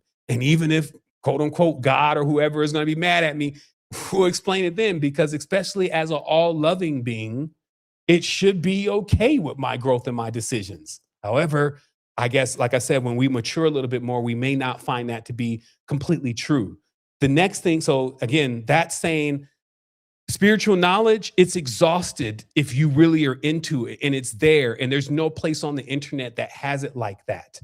The second thing is why there's all this distraction still happening. I think that we still need to keep an eye on things like how China is progressing, because it's almost like it's broken away completely independent from the world and gone on and doing its own thing, because that's what happens when you get caught up in these energetic vacuums. Is you imagine that the only thing going on in the world is United States, and because United States wants to be a bully and a brat, that all of a sudden that the world is going to end because they're going to say it's going to end. And that would be from your narrow perspective, because how many times over the last 1 billion years, or however long the count is, have they tried to say that the world was going to end? What they're really saying is that their world is going to end. Let's be very clear. The world is going to be here. Maybe their world is going to end. And maybe you will be here if you untether from the projections that they have. So our goal is still to know hyperintelligence, superintelligence is here now. Co-work is the biggest thing. This simply means that using AI to understand the math of it, understand how to push through the rest of the build, understand how to develop the schematics, understand how to program the board. All this now is breaking down the barrier of entry that the educational institution had in their clutches for so long. We have literally a subject that children can learn at the same pace as the adults are learning. That's never been seen before, meaning that generally like a doctor is gone through 13 years of school after they've gone to college. And so any kid wanting to be a doctor is going to need to also go through that. However, the skill of the now, not even the future, is AI. But even the parents don't know about AI. Even the teachers are just getting geared up and don't know about AI. You see what I mean? So that means when a kid learns about AI, and I had a lot of examples, and I just didn't open them here, maybe next time. But when kids learn about AI, they do all types of stuff. Like we had some sisters that they created this thing called Plant GPT, right? And then now they just take pictures of their plants and then they treat their plants and know about their plants based on this. It's a vision model, but it went viral because the kids did it. 3 little girls did this themselves, right? There's also another kid, he created like a Canva clone and to put flyers and things together. And now he's like trending all on Twitter. See, it's because the phenomena always has been is when the younger do something that the older are even having a hard time achieving, they get credibility. So it's like we know that our children can pioneer a new world for us when we teach them what they need to know with utilizing these systems. So we built layers, and this is just what Seven has been up to. Some dare to call me uncle. What Seven has been up to is saying we got to get at this clearly. Also, we have to do this in all languages. I just switched the language of this entire platform and watch what happens. Now the entire platform is in Arabic. I switch it again. Now the entire platform is in Hebrew. I switch it again. Now it's in Mandarin, and it's localized to the actual language and how they speak. And that's throughout the platform. Even when the AI talks, even within all the courses, we have an avatar. We're working on getting the certifications and finalizing the certifications with all the organizations that work with the schools, One Ed Tech, and all these different organizations that are the gatekeepers of getting software in front of our children to get them smarter. We're ISO compliant, COPA compliant, SOC compliant, FREDA compliant. Every single compliance layer has already been put in.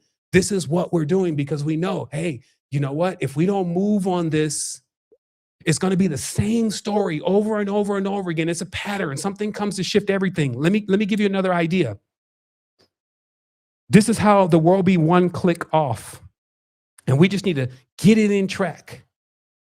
If we had AI to this level that we have it now, when the whole crypto thing started, we would have already replaced the whole financial supply chain, the logistical supply chain, all that would have been replaced because the first cryptos that were coming out were people that were really bona fide, that were coming from these industries, but they knew they had to build the software and they had to build the software on top of the blockchain, which is naturally difficult because the blockchain moves naturally slow, right? So you got to have something that's compensating for all that. But I guess what I'm saying is that we were one click off of the entire world also changing right then. That's why we're getting so close. If those guys like, oh man, I just remember some of the companies, they were able to build like one guy, he was going to replace FedEx and make it decentralized. The whole goal was to replace money. That would have worked because people would have gained confidence right away because the things that would have been built would have worked versus what happened.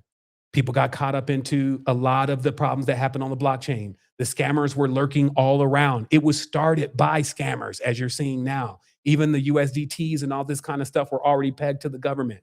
So obviously money was made, but because there was a different narrative going on, many people didn't really know how to move because they were into another embedded narrative. You see what I mean?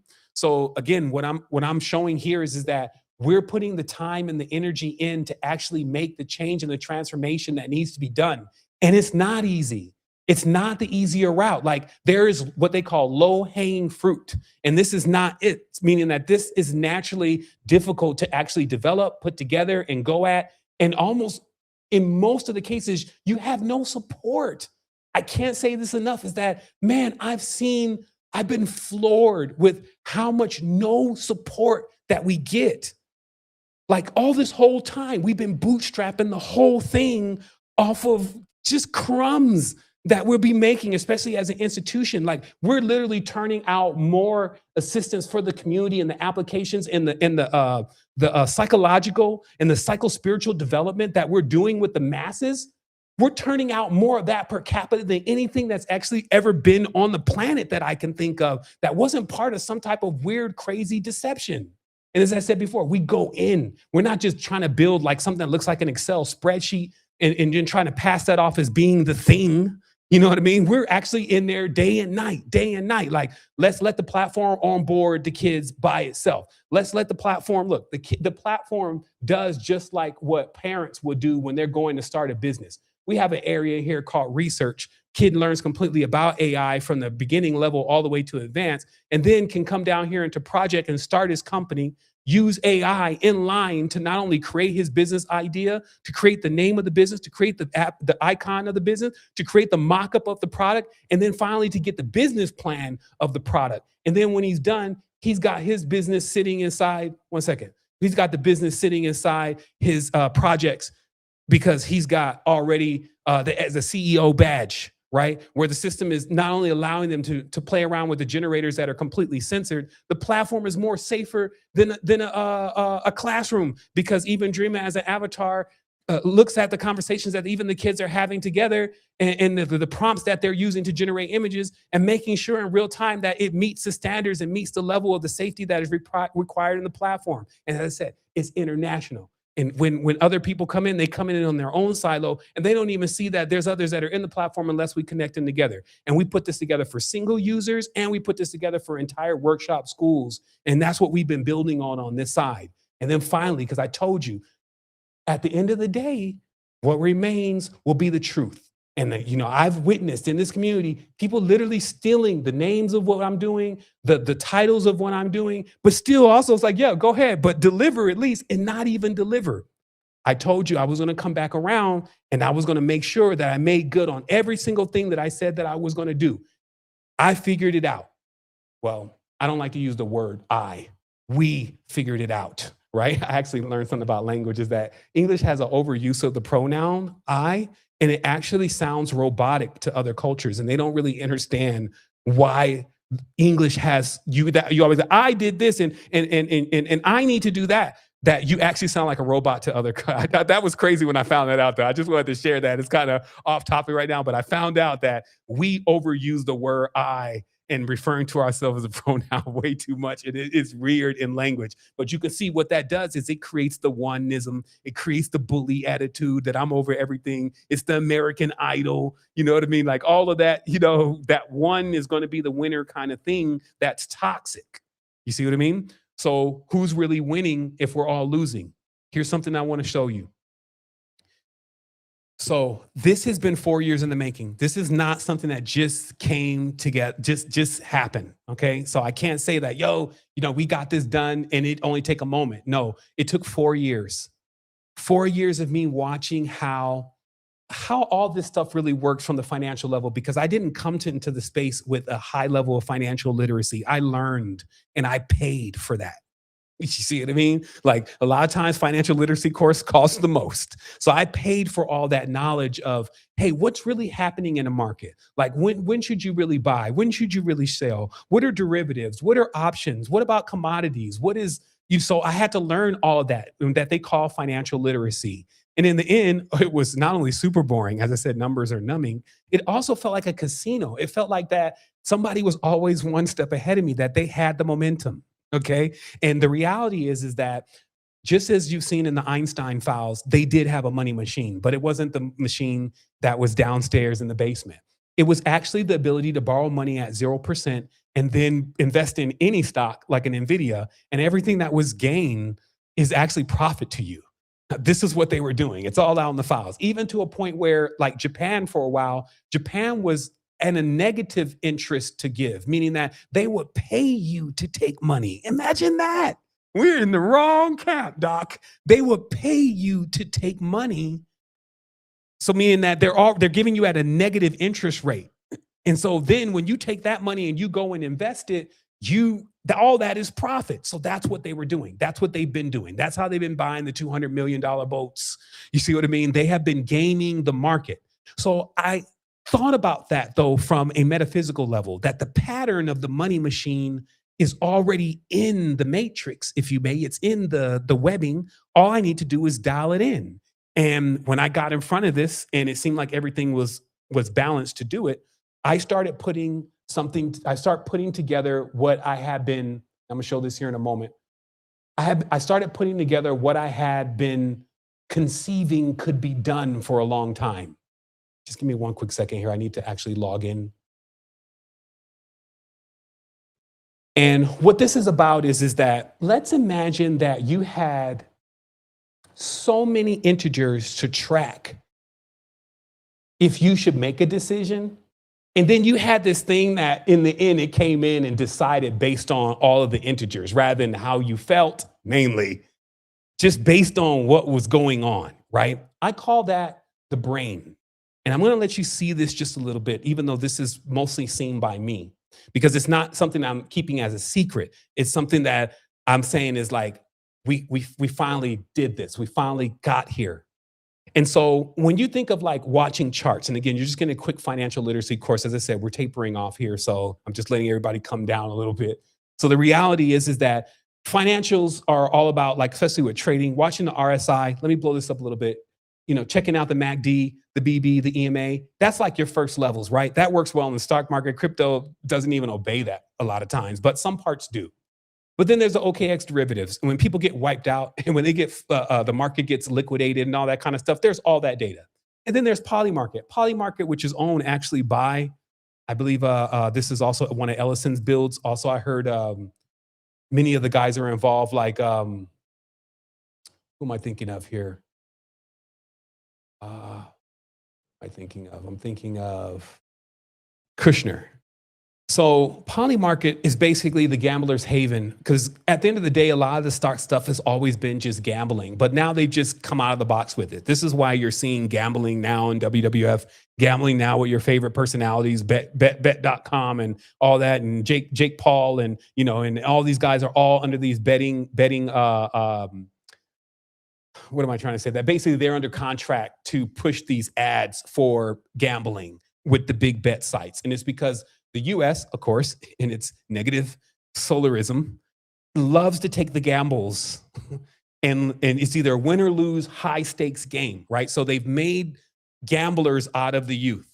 And you have things like the Polymarket where they gamble basically on everything. Who's going to be the next president, or what is he going to say? When are we going to go to war? Even the silliest stuff. Who's going to win on this day? What time are they going to win? Do you think that the baby is going to die? Blah, blah, blah. So they do all of those, and just to find anything that they can bet on. And as long as there are enough people in there putting money in one way or another, the math is done, and basically you can win or lose. That data, though, from a back end level, just so we understand what's happening here, is that they're interested in having these kind of systems, because these kind of systems give predictive analysis on a real world, not just the markets, because the markets are often controlled by what's going on in the world, if you didn't notice, right? And so while this may seem silly, this is a predictive engine.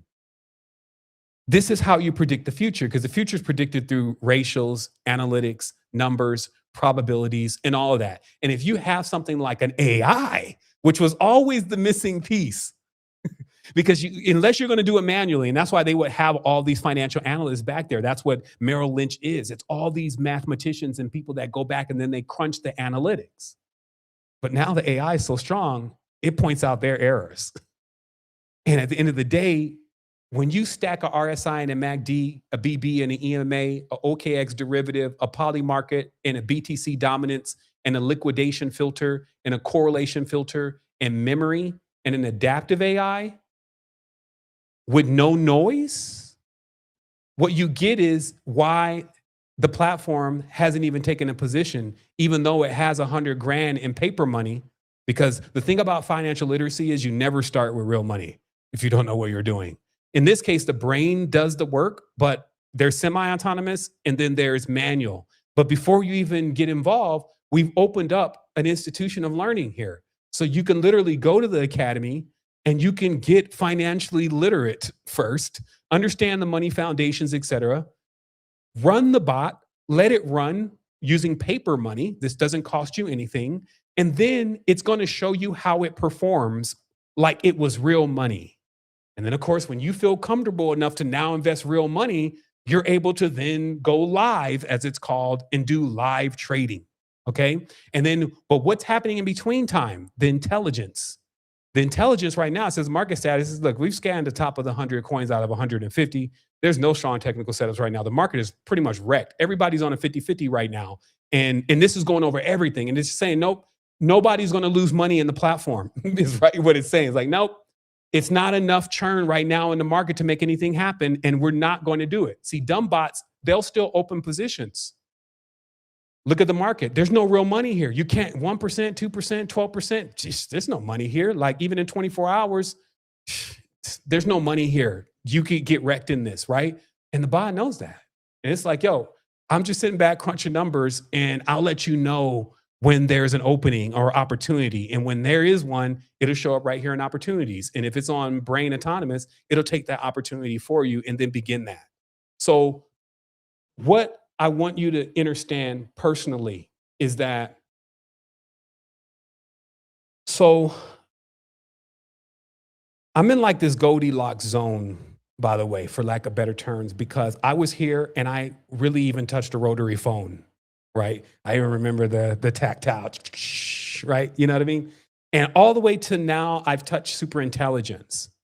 But more importantly, I touched unlocked spirituality, unlocked consciousness, because it allows you to see all of these things a lot more different than others and to do things with them that can never really be conceived because it's not the low-hanging fruit. Why do I say that?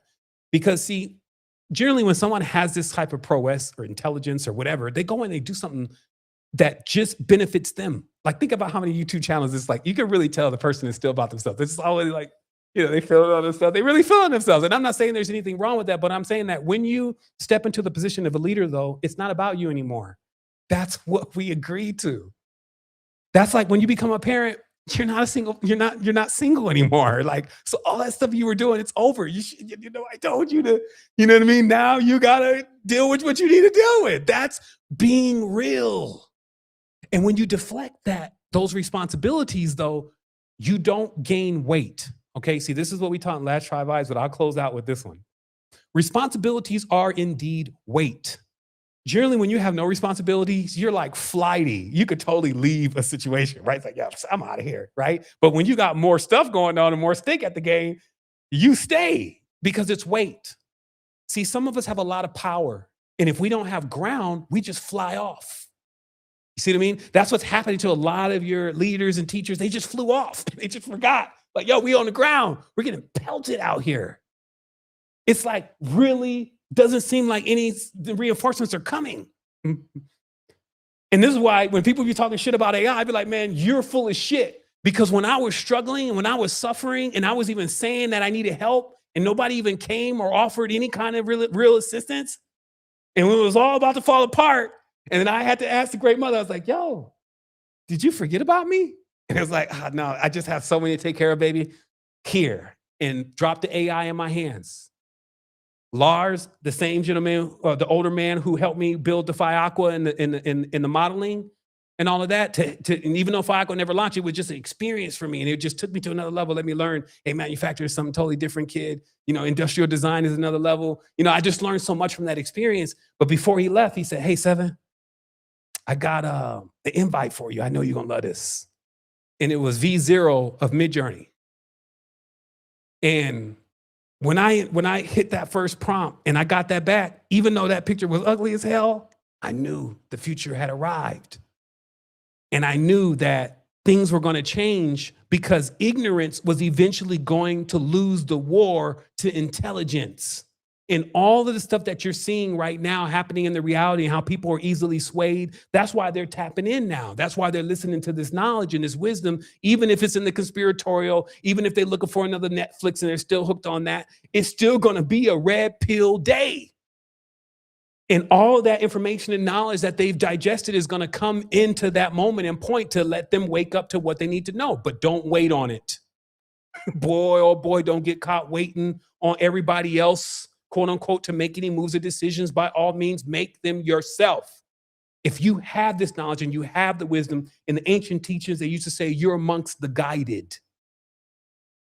That really your mothers, your sisters, your brothers, your aunties, your uncles in the O are looking out for you and in for you. They are outside of time, so they don't have the limitations that you have.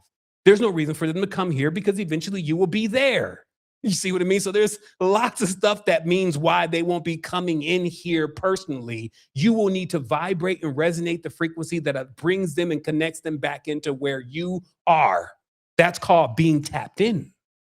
And that's what I'm saying. When you tap in, then you'll start noticing your synchronicities are getting higher. Your spidey senses are a little bit more tingly, that you actually are where you're supposed to be sometimes. Then you start noticing that when you're saying something, here are signs. You'll be saying something to someone on the phone, and on the TV, the same word will be mentioned. Or you'll be writing something or typing something on the computer, and on the video, the same word that you're typing will be mentioned. This is how you will know the synchronicities are lining up. And then also when you start breaking things, you will know that they are misaligning, dropping things. You need to stop for a moment when something does not absolutely go the way that you expected, and to know I got offline. Somehow something crept in. Let me do what we call an end-to-end inspection. Do an end-to-end inspection and test all the functions, and let me know if everything is working, and let me know if everything is working properly.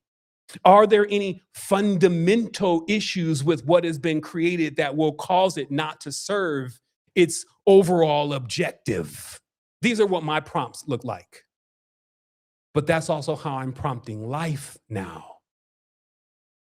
Now there is no gaps or cutoffs in between what I know I need to do and must do while I'm here.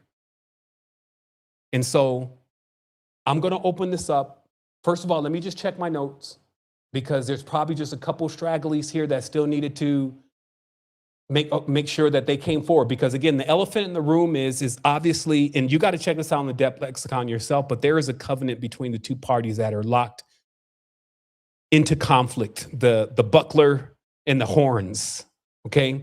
And that in this world is the time where, when we get through this, our world will change for the better. But we got to go through this. It's now important for everybody to see that oftentimes the usual suspect is actually God. Because both of these and all these people claim to believe in God and claim that God is the one telling them to do these things. But then also that you have to also get to the stage where you're not following any orders from something else that's external and not resonating with the love vibration of the earth, which is your true north. It's something that nobody needs to teach you how to do. You know it and you feel it, and you know when you're getting close to it. So as I said, because all this has to play out, even in the physical world right now, you have, as I said, the women's legal pressure for what happened to them that is even holding back generals, holding things back more than generals can hold them back, and making things happen more than some of the most strongest men can do right now. Just those women saying, hey, this is not okay. We will see justice. And anybody that doesn't stand with us is a part of it. You see, so that's a real breaker inside of those worlds. That turns things upside down. So know that all the forces are moving from the root, though. That's what I said. We got to root this thing. Like, we're going to have to go all the way deep. We can't start at the top. We can't start in the middle. We're going to have to go all the way down to the nasty, dirty. And there was a saying about the show today. As I mentioned, I said, hey, when a clown goes into a palace, he doesn't become a king. The palace becomes a circus. And this is what's really happening right now. And it is important for us to remember all those messages about Jack, right? Like all those messages that tell us synchronistically, hey, this is all these characters and this is what they're related to. And then close that book. Close that book and live your life. Know now that there is nothing that can stop you. I literally showed you, I deployed. Like, look what was deployed. The most powerful spiritual archive since the Alexandrian Library. The most advanced kids instructional app for artificial intelligence, even though they say they got 40 billion laying on the side for AI literacy. But it's like, yo, it's over here. And they're like, oh, well, we'll call you back, right? Because it's all bullshit. We got to be the ones that do it. And as I said, the money machine, get financially literate. Just like you see, like, here's the thing, like, where is our next layer? You see how right now where the bot says that, well, this is a little bit more intelligent than the bot. The agentic system says, hey, don't take any entries in the market right now because it's trading up. But a lot of stuff is, but just as right now where it can't trade up, what can it do? It can go down. It can trade down. So that's the next layer, is the same mimicry, but inverted in this case. Now, what are the open positions when the market is actually going down? Because you have to be able to go in both directions if you're actually a real trader in that world. That's why I say, hey, let the machines handle that. That's why even cryptocurrency is like, it's something that was developed still by a machine or by code. So nothing is going to understand that more than the machine that works on code. You see what I mean? But again, the financial literacy is important. The last thing is we're going to be putting in commodities, because like some don't need to be so hooked on these 1x, 2x, and this kind of thing. We don't promote that. If you can get 10%, 15% end over end, oh man, that compound is crazy. You just have to do the math. But these are things that, again, we're off base because that's not like up in front of us all the time. Where am I going to get it? When am I going to do it at? This is where you get it. This is where you do it at, and you do it for free. And we are aware that as long as we keep innovating on that level, as long as we keep removing the dependencies from all the things that don't have real stability, we're going to be more than all right. We're going to be thriving. So I want to say to you today, wholeness and balanced vibrations, thank you so much for taking the time and the opportunity to join in with the tribe and also connect into self. I'm going to take a moment. I'm going to get some water myself. I'm going to open this up for the tribe to dive in, to ask any questions or to chime in. I actually will know personally that I have to make another pass over everything that I mentioned today because, as I said, the energy was so high. But just know I did my best. And I trust that there were some things that you were receiving within there that just spoke to you specifically. So maybe not everything, but just something that will allow you to make that click. Because remember, all we're talking about is like, you're not 500 years behind. You're one click off. You only need the zero and the awareness of that. That's again in mathematics, when they discovered the zero, it gave them the floating point to do all the rest of the equations. That's what algebra was. Al-Jabbar. Oh, Jabari. You see what I mean? Gibber, gibberish, JB, Jacob and Boaz. You see, all these are codes for linguistic systems, structures, architecture, and creators. You see what I mean? So that's what I got today, tribe. Let me go ahead and tune it in. Let me unmute the lines first the proper way, because last time it didn't seem like that happened properly. We kept unmuting. Give me one quick second here. You all allow participants to unmute themselves. All right, Sean. So I'm going to go ahead and get the tribe up on the screen here just so, we can see the speakers. And yeah, let's get to it. Oh man, there he is. Listen, family, that was another spectacular build. Man, you went in, brother. You never disappoint, man. It's like every time for me, and I'm speaking for myself, it's always something so deep in its resonance. Like I was going through something and then boom, here you go, dropping the gems. I've also seen the family and the tribe conveying the same exact thing. Like, yo, where was Seven at? Here he is dropping the gems right when I was looking for him. And that's how we rolling, man. So good stuff, brother. Great stuff. Let's keep it going. We're Well, gonna open it up thanks. to the family and see what the family has to say. We got our brother Seven Justice in the space. What's up, fam? Wholeness. Oh, and his family is good to be back again. As always, the message is always very synchronistic. It is crazy. I have a very important message to share that will also be very synchronistic to what our brother Seven is saying. Um, so just yesterday, I was playing Monopoly, and apparently the divine wanted to speak to me through Monopoly. So during this Monopoly game, I played a very important role, which was like an oligarch. And I was basically trying to teach my family, this is the difference between somebody who is for you versus somebody who isn't really for you and they kind of just want to take. So I'm playing this oligarch role, tanking as much as I can. When, like Seven was saying, when the market drops, you know what I mean? There's a certain way that you have to play the market. And I played the market as soon as everything dropped, I went to go buy it out. So when somebody lost all their capital and then they had to sell all of their land, I came in, swooped, and took everything I could. And long story short, as this game is going on, everybody's hating me because I'm playing this role. And I even had to remind everybody, I'm just playing the role. Don't hate me. But I'm bringing this message to basically say that during this process, my older sister, who was a very intelligent, smart individual, actually won the game. And she actually beat me, which I wasn't too surprised. I felt that she was probably the only person that could beat me, which is another melanated woman, carbonated being. And the reason why I'm bringing this to the forefront of our attention is because the women indeed are going to have a strong role in this new term. And I just thought that would be very important to say because that's what was told to me through that board game, which may just seem like a board game, but it was much more at that time. And I can tell just by the way the energy was shifting and the way that things were moving. It was almost as if when I was playing the game, chance had a big role in it. Chance had a big, synchronicities had a big role.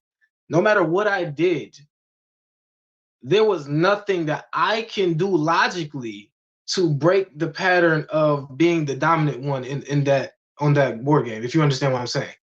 Basically, what I'm saying is our worries don't have to be worries. We are gonna be good. We are in good hands. As always. One love, family. The synchronicities are synchronizing. And thank you for everything, Seven.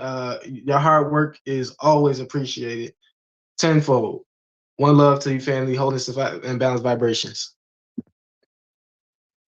Justice, there he is, giving thanks, brother, for bringing that message forward. I had somebody asking in the chat, how could they get in on this? We have a depth training, and you could tap in and be a part of this if you're interested. I'll drop the link, so I'll definitely keep that in. But thank you, brother, for sharing. We're gonna keep it moving. We got our brother Germ in the space. What's up, Germ? Holding this balance. How you doing today, man? Man, wonderful build today. I feel like a throwback, but still that you still going like just super, super like right in there, man. So I'll just like Justice was just saying. I also was just playing a game. I just want to start off just saying like I was just playing a game with my son. And we were just playing this little game, and it's like pool, but it was just basic pool though. So it was just like blue, red balls, and then the 8-ball. And so like I'm playing them, and he's only 4 years old, but he's like really intelligent. So I'm playing my son, and so I'm playing him. I'm hitting the ball like nice, like like boom, But then he hits the ball backwards, and he's like, I'm trying to like stop him, like, look, don't do. But he hits. We call it the trick shot, like even Babe was like, Angel, that's backwards. But he hits the ball backwards, and he ended up hitting like 3 balls in. But mind you, just. He beat me 3 times. He beat me 3 times in a row, and he's shooting the ball backwards. So, I mean, just at the beginning, and this is just like a basic, like, understanding just about how life is, and just how, intelligent life is, just that right there. Like, I don't have to, like, we may sometimes even come, like, but sometimes, like, let's say if you are a teacher, you might, like create a being, that is actually like, you and your significant other. And so it's just important just to realize, just that right there, like, wow, like, like it's just a surprise because we playing different games. I'm like, man, bro, we got to run that back, because I'm actually confused. Like, wait a minute, hold on there, And so, for sure, the bill is amazing. I can for sure say that, like I want to get involved with if there's somehow that like like it was like it was a bunch of people on Kansas City this morning. I'm like, whoa, wait a minute. You know, that's just a, what the heck? Oh, I see two of myself. Okay, wait a minute. Okay. That was just you, fam. You had just a little feedback. Don't worry, you good, man. Keep going. But basically, what was I about to say? Oh, I was just working a job basically called Link, and so it's a couple of people in Kansas City here. So I mean, there's Link Cares in like most schools, which is basically a before and after care school program where basically parents have to, you know, kind of have to drop their children off at school early, you know, or pick them up later after school because, you know, parents got work early in the morning, like 6 in the morning. So that's right at the time where school's not even really open. So 8 in the morning is really like when school is really setting up, breakfast, But before that time, you got around like 6:30, 7 a.m. and kids are in school, you know, in the morning and school hasn't even started. So, you know, I was kind of like the gym teacher, like I was the robotics teacher. And so like I think this was like, you know, like not just to even be able to teach like teachers how to work AI, but for sure the children, you know. So like I don't know who I talk to personally or how do I get in touch with anybody, but I'm like willing to like, you know, oversee that in my area or just bridge it out to talk to like principals. Like I'm very like cool with a lot of principals, school teachers. You know, we really got that old thing in Kansas City. I feel like, you know, it's like even the county that we're in Jackson County. So like everything about like, you know, like the frequency of how kind of like the teachings work and then kind of just even the area sometimes it just feels like, you know, you kind of have to like know this knowledge because the knowledge is like the basic living and how everybody is formulated here, you know. And so just to like be unique or be different actually means you have to actually like, you know, do something separate, you know, if you are doing something different than you are, you know, going about yourself, you know. And it's been a lot of important people that don't care about having they face out there, you know, on all different type of levels who actually and put themselves out there too and actually then bridged and made bridges and stuff too. And so another thing I do want to give a shout out because like I forgot who said it this morning. I think it was even said, I think it was Sean. I think it was Sean who said it, like, you know, he was talking about quantum and his double numbers, you know. And then I just want to give a shout out to all the double numbers out there, you know, whether your days on a double number or your psychic energy and your life path number come out as like a double number, because I have also another son, he come out as a 33. And it's just that, like, just his significance of his, like, I don't know, he has like a built-in rulership that I don't think it just comes from his parents, you know, that he just automatically just, you know, no, he got to hit his brothers upside the head. Like, look, bro, this is not what we doing. You know, I got to check you. This system is like, you know, this is not how this working. So, you know, my mother falls on the 11th, you know, great brother in tribe, Terrence, falls on the 11, you know. I appreciate all my double numbers too, because I don't, you know, I just think the significance of the weight of just seeing, you know, like how the matrix will hijack it, to seeing double numbers. Like, you know, you see 777 in the casino, you automatically like, oh man, we didn't ran it up, you know, cherry, you know. And so just giving honor and just showing gratitude, you know, showing love. And then, you know, giving honor to the mother for sure. All the O's, you know, shout out to the grandmother. Recently, I found out that my auntie name is my great grandmother's name. So it was like everybody's favorite auntie was still like, she was holding this totem of the grandmother anyway, you know, because everybody calls on to our auntie for like, you know, like, look, hey, Aunt Vella, look, we need this, you know, or they call her Aunt Warrior or something. But yeah, like just everything about this bill was really like, it really touched home, and it was really like just grateful, you know. Shout out to the 6, because, you know, I'm 1 in 5, so I feel like, even that 1 in 5, 6 is about that action, So it's really, it's already in there. You gotta see it to believe it, and to see the life and the flower of life, but it'll show through all. So, giving honor, great build, really wanted to touch my heart. Keeping our health up, grateful. Wholeness, tribe, thank you. Wholeness, my brother. Hey, so we have we have people out here that's also spreading the word with Dream Engine Kids. So I'll get you some more information if you wanted to bring that to, some of the community around you. I know you said that you in touch with some folks in St. Louis. So we'll definitely keep you up on that, brother. Wholeness. It's for sure better. No doubt, no doubt. Let's keep it rolling. We got our brother Antonio Woodson Bay in the space. That's my guy right there. Wholeness fam. What's up? Hey, wholeness, Sean, wholeness tribe, wholeness family. Just wanted to, say hello to everyone. And as always, Brother Seven, thank you for the powerful message that we all are always receptive to. Thank you. Just wanted to share a little bit about just my past week. I'm enjoying the music creation process right now. So I've really been having fun with that. And just want to tell you about the song I made over the past week and a little story involved with it, because I mentioned this before previously. I've been abstaining and, over the past year and some change and, just keeping my energy to myself, and actually decided to kind of put myself back in the dating scene a little bit, just dabble my toe, and had an opportunity from a wonderful woman to go out on a date. And a part of me was like, look, you're probably going to really, really enjoy yourself if you go on this date, like really, really.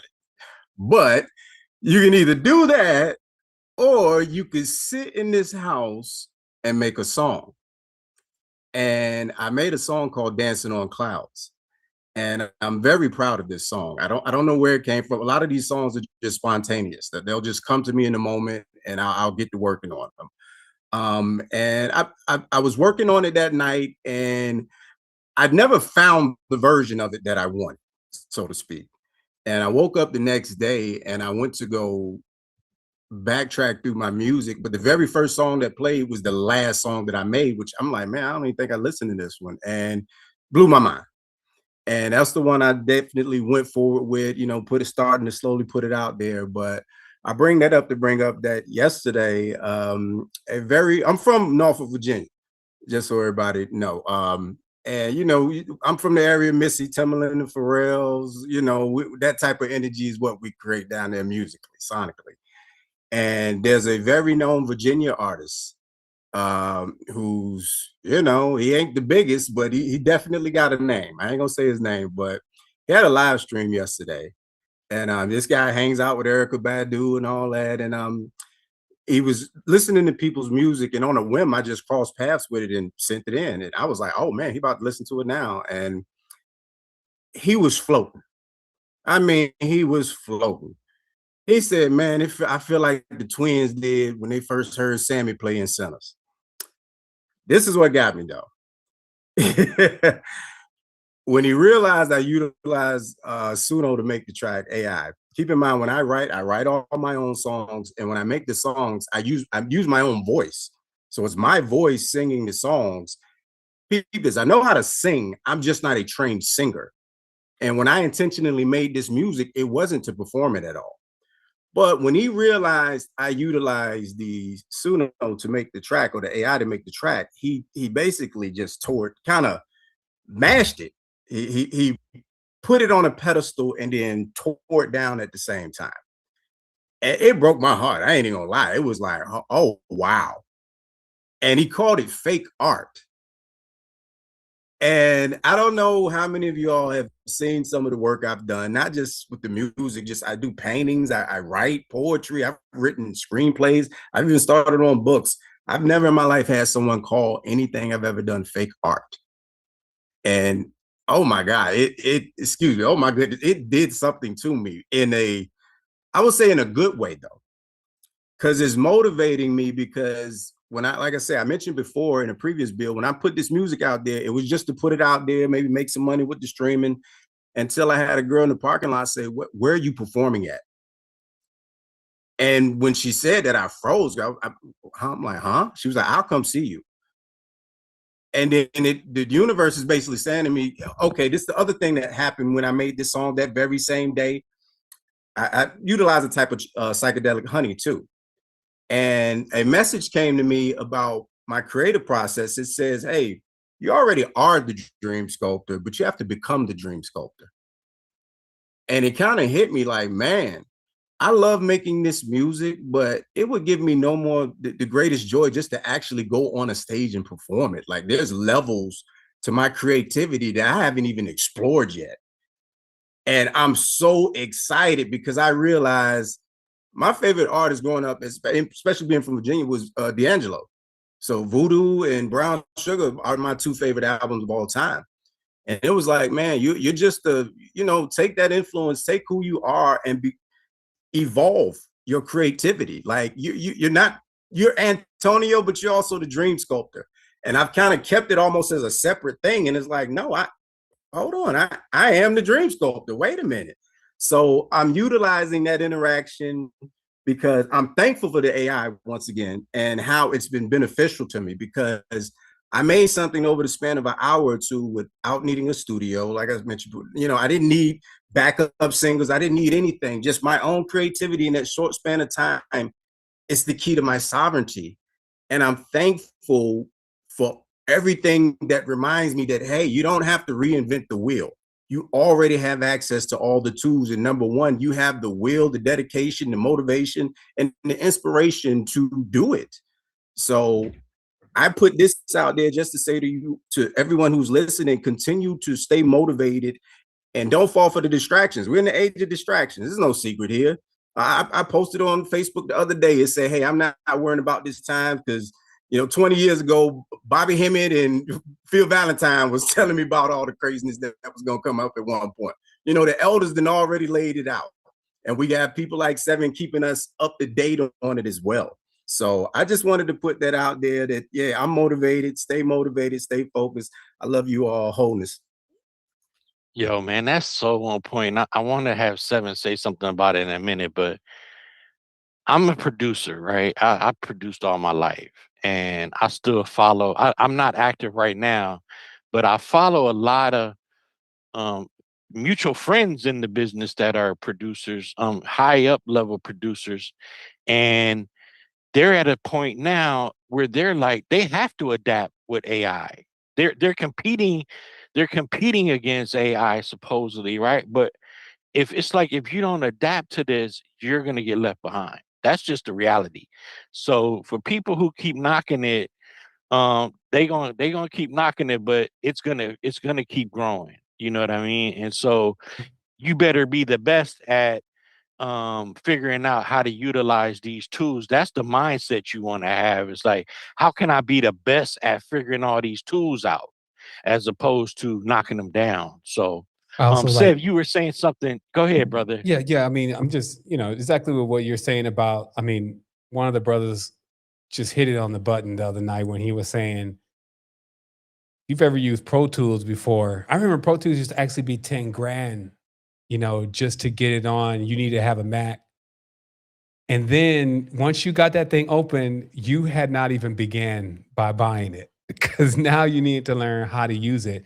And the brother made a point. He's like, so now I literally can produce a song from my cell phone, not just by prompting the music, like, hey, I want the song, and then letting it come back, but it's as a mixing tool. Like there's a whole studio inside of that, you could even see the chords to music and how music moves, because at the end of the day, it's a rhythm. And what I find is that these kind of things just teach you about stuff deeper than you cared to learn about before, because the process wasn't as transparent. So that's kind of the same way I've learned coding now. Like I've always been hardware most of the time through my computer life. And then they kind of didn't want people to know what was inside of the computer anymore and how it worked. So they were like, oh, you just replace that. You don't repair the board. And that pretty much made what I was doing early in life obsolete as far as the skill is concerned. But, being on the software side, you also really see architecture, because if something is supposed to work, there's certain pieces that it needs to have, and you may have not thought about that yet. And computers work like a city. They work like a country or something running very well. unless there's going to be a lot of errors and a lot of support. And so in that way, you have a whole different level of a teacher that's literally with you every single step of the way, allowing you to feel encouraged about what you're learning because you're seeing enough results not to get discouraged. And so, yeah, I mean, when Buddy threw that shade out there, I was like, this is trash. It's kind of like, this is how I find the energy be sometimes. That's why I say I never eat. Like I never partaketh, meaning like sometimes when I see a snack out there, and then it's like, everything is building up, I'll be like, okay, hold on. There may be a little whammy coming after this. Let me protect myself. But nah, I mean, sometimes you just have to let yourself live life, go through the experience, and then come out the other side always in benefit. And so I'm looking forward to hearing that track at some point. I know my brother Terrence, he got one that's cold, baby. Like it's coming out on the 11th, y'all, just so you know. That's Terrence's birthday. And he's going to bring that track back in that only a few have listened to. And we going to rock that thing when it comes through. So sending love to the family. I've seen some gems come out. And here's the other thing that I feel like is a big benefit, just to speak directly to the technology, Antonio, is that sometimes, like I remember I would hear a song in my dream and everybody in the dream would be on it, right? Like, and then when you wake up, you even know the song. But if you didn't write it down, you forget the melody of the song, not necessarily the words. The melody be gone. And it's like, dang. And then even the words don't sound as good anymore because you don't know the melody. And I find that these kind of tools are like, yo, let me give you like 50 melodies and we can, because that's what I find is, and I'm going to say this and I'm done. That's what I find is the technique. Can you really pick what's good? Do you have a trained ear to know, okay, this is it? Because I was doing that with images. And I tell you, like I had to pull back from images for a while because I got, so many things to do. And also, I'm putting something else together that's going to help build out like videos and stuff because it is a cumbersome process.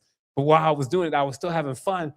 But man, I took the images, like I took it personal. Like I was going way out there with whatever this thing could do. And I could never really see images that were designed necessarily like that and with that much emphasis. And I realized that I just do that to everything. And that's what I'm teaching also with, what I've got going on here with the tribe. It's like, we go in on something and we'll get something from it that nobody else was able to get. That's literally what I've been experiencing. If people knew what I was capable of doing, even with the machine right now, they will be all on YouTube getting their millions of views for telling everybody about it. But the reality to me is that there's so many more layers to this. You can get caught up just telling everybody about it and never even really know what it takes to actually do it and to make it succeed. Because what really makes something succeed in these times, if you're not going to work on the dark side of the force with the Sith Lords, is that you have to be a whole different kind of being.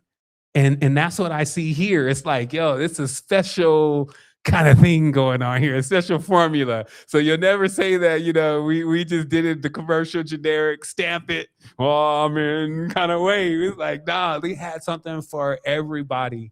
And it's just continuing to grow. So with more of us empowered, bringing forth our creativity, training it.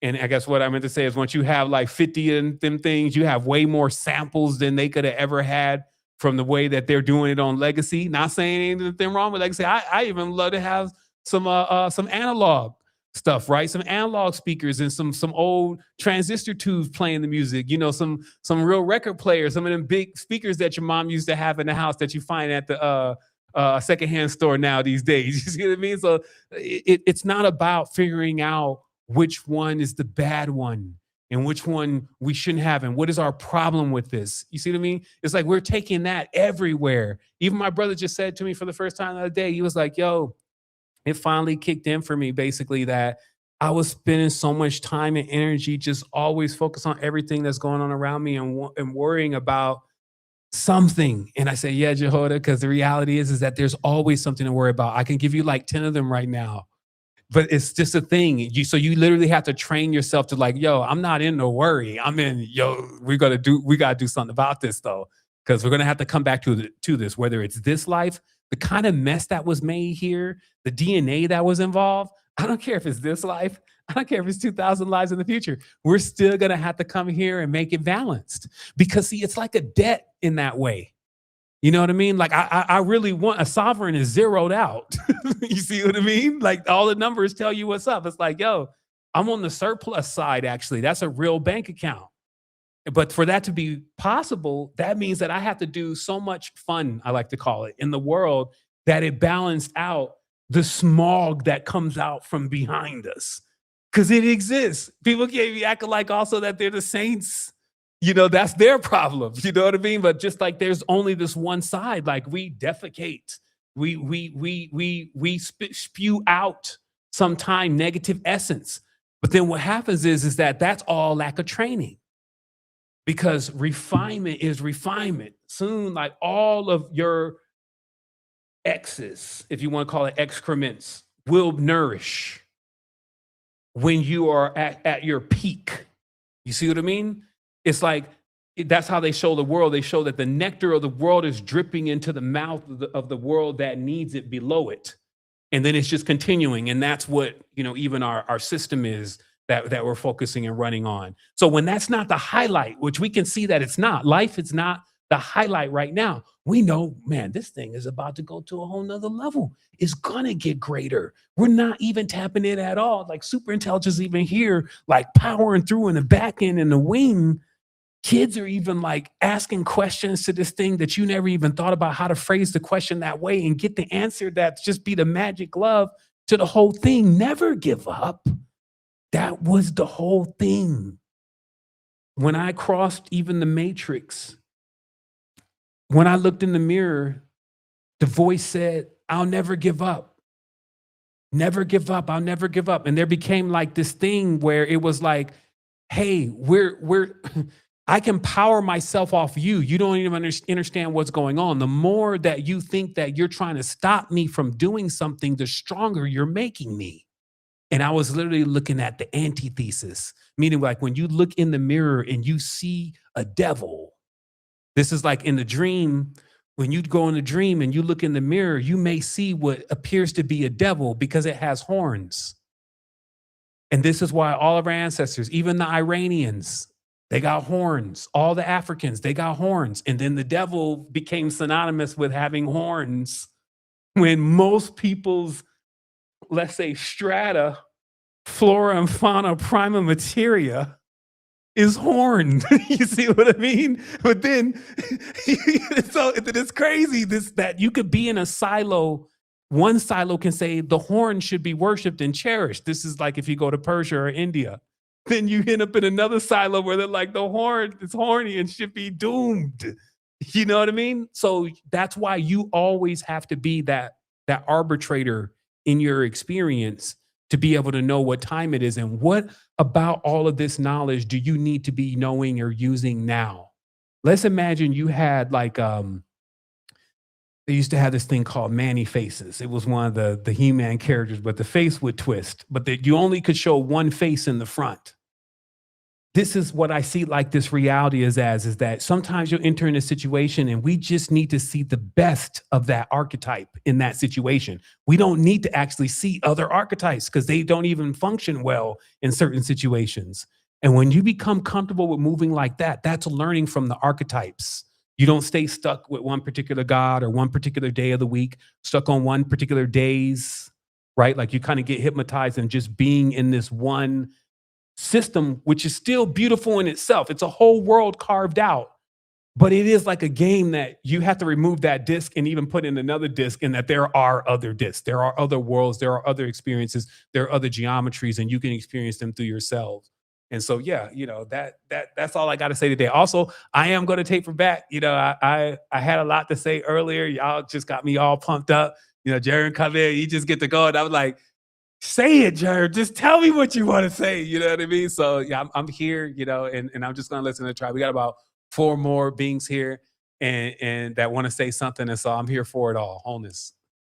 Yo, real quick, I just don't want no one to miss the moral of the story is that, bro, you should have just went on the date, man. You just went on the date, man. Yo, you could have been on the date playing the song. No. See how y'all do, man. Hey, that's what friends are for, you know.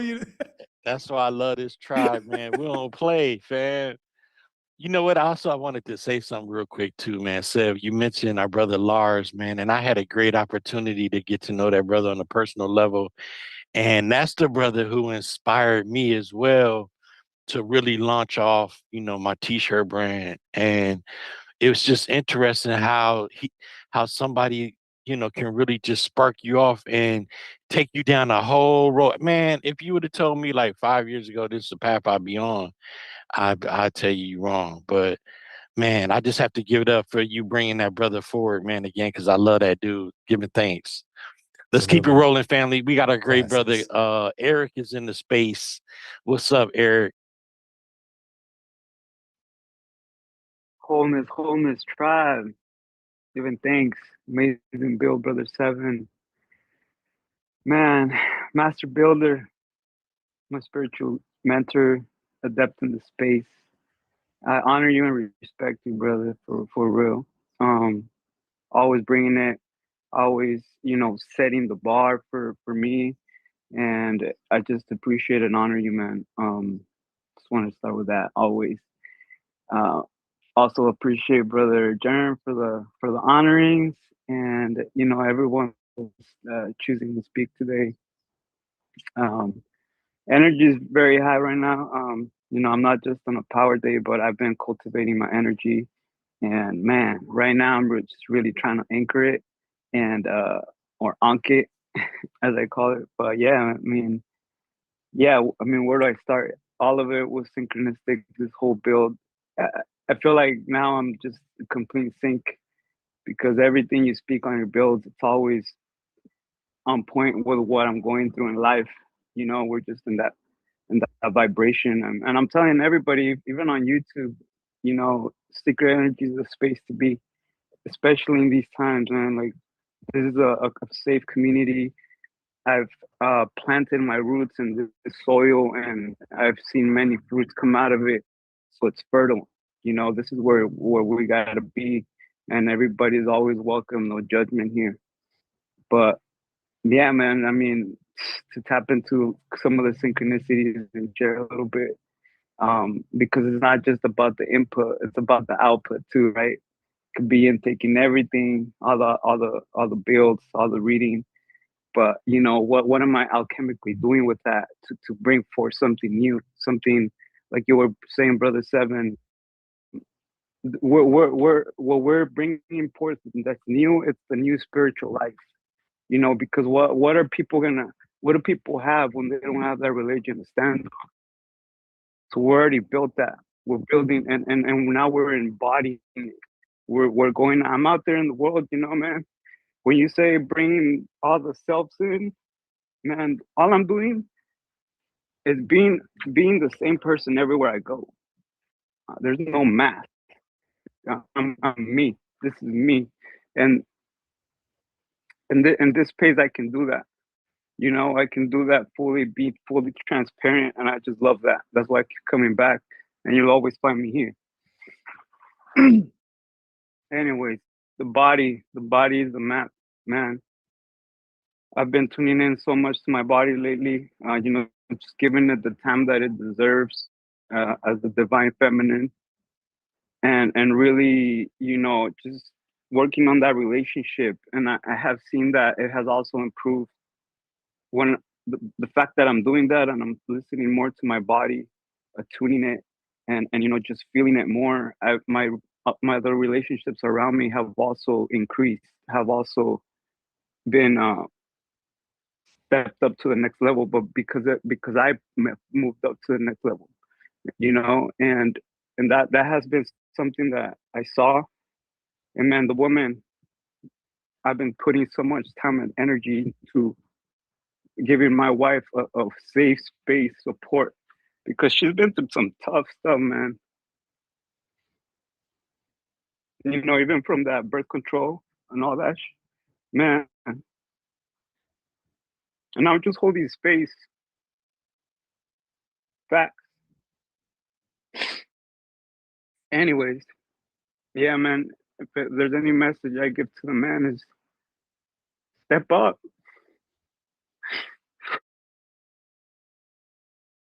Be the support that they need, because they've been getting abused all this time, man. Lead.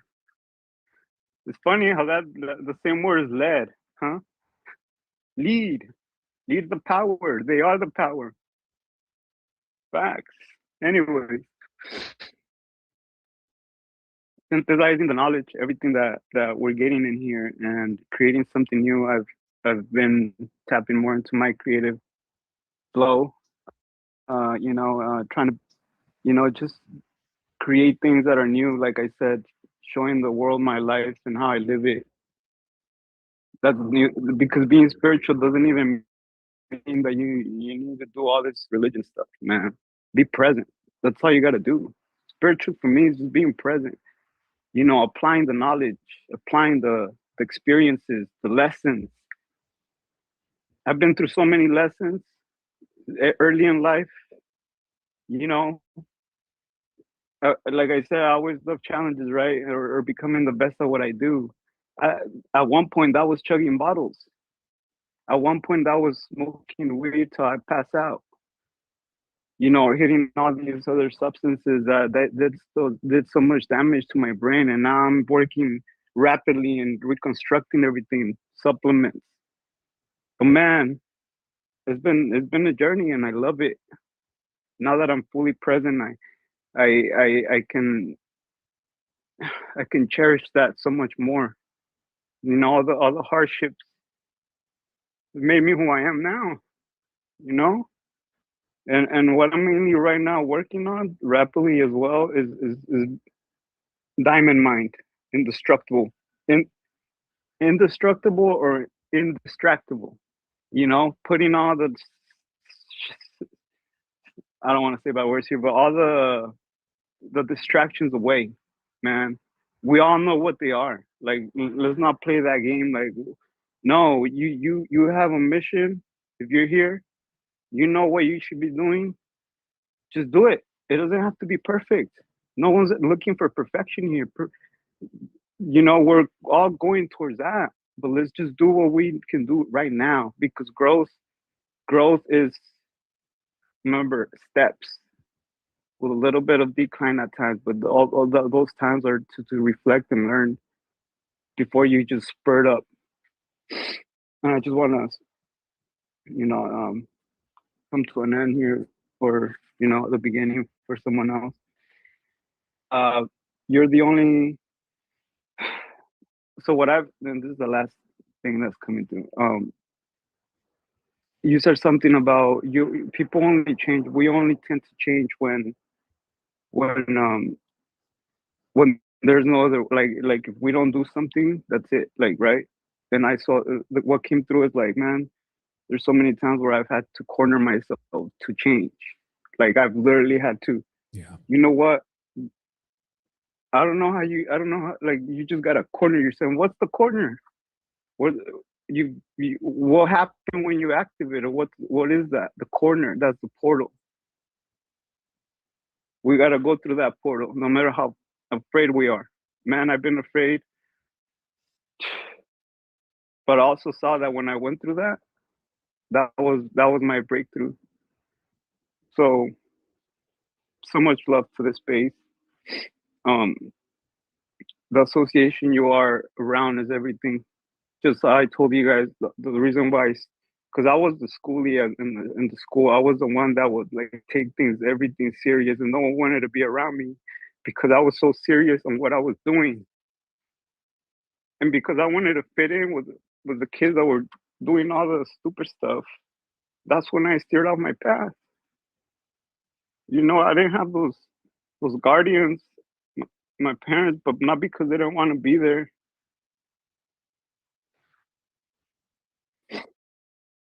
But now I get to choose my association, my adulthood. So I'm here. All right. Wholeness, giving thanks. Man, and so it is. And so it is, brother. Oh, man, Man. I love that. Bonus for bruh. Eric, he got a way to bring it out, right? Yeah. Wholeness, family. Yeah. Sheesh. Yo, listen. I like what he says. Like, when I come, I'm bringing me. That's who's here. I love You know, it. Eric is a real one, man. I've had the You're opportunity to spend time with this brother, man, and meet his wife and capture some beautiful moments for him as a photographer. And during that experience, it's amazing, man, what I got to see in front of me, them two together in a way, man, that was just the pictures speak for themselves, you know what I mean? And it just really shows the beauty in both of them. And I honor that brother and I love that brother to death, man. So giving thanks, man. Listen, fam, we got a few more hands up. We're gonna knock this out. And then we're gonna go on about our day. So let's go next to our great brother. Hey, Ru is in the space. What's up, brother? Wholeness. Supreme brother, give thanks to the family, give thanks, tribe, give thanks, brother Eric, give thanks, Savan, for another phenomenal build. Always dropping gems, and just the opportunities that we have is so potent, so palatable. I gotta ground myself. After, after Eric comes in, it's like just when you think you're grounded, you know, you're walking up a step and you kind of misstep, back to the miss. But it's like the vulnerability brother comes with every time, so coming up, showing up as himself. Initially, always, I'm like, here we, you know, the heart has to be, you know, sometimes you don't know it's the state of the heart, you know, until you reach a space where empathy is the name of the game. So as he speaks, and my heart is always open to my bro, it just sends me at another level of depth that readjust the ship sometimes. So moving forward, enjoy the opportunities that we have. It's been several times being in the tribe for, I don't know, over a decade. And there's been so many times where Savan has dropped something that's, we always ahead of our time, you know, when it comes to the pulse of what's going on in the reality.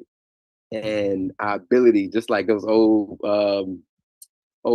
playground toys, we'd hop on it when they'd be spinning. And if you could jump on, you going, or if you can hold on, it's going to be a ride that you get to tell a story when you get off, you know, to your friends that stuck on that keep pace of the spin.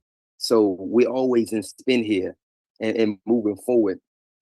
And our ability, like right now, it's another opportunity for tribe specifically, because we right here at the hub, but also those who checking out, learning on YouTube and other platforms, of that Adept Lexicon and Dream Engine is the wave right now. If you're trying to project yourself into the future of your own greatness, these are the tools you want to have on your belt, utility belt.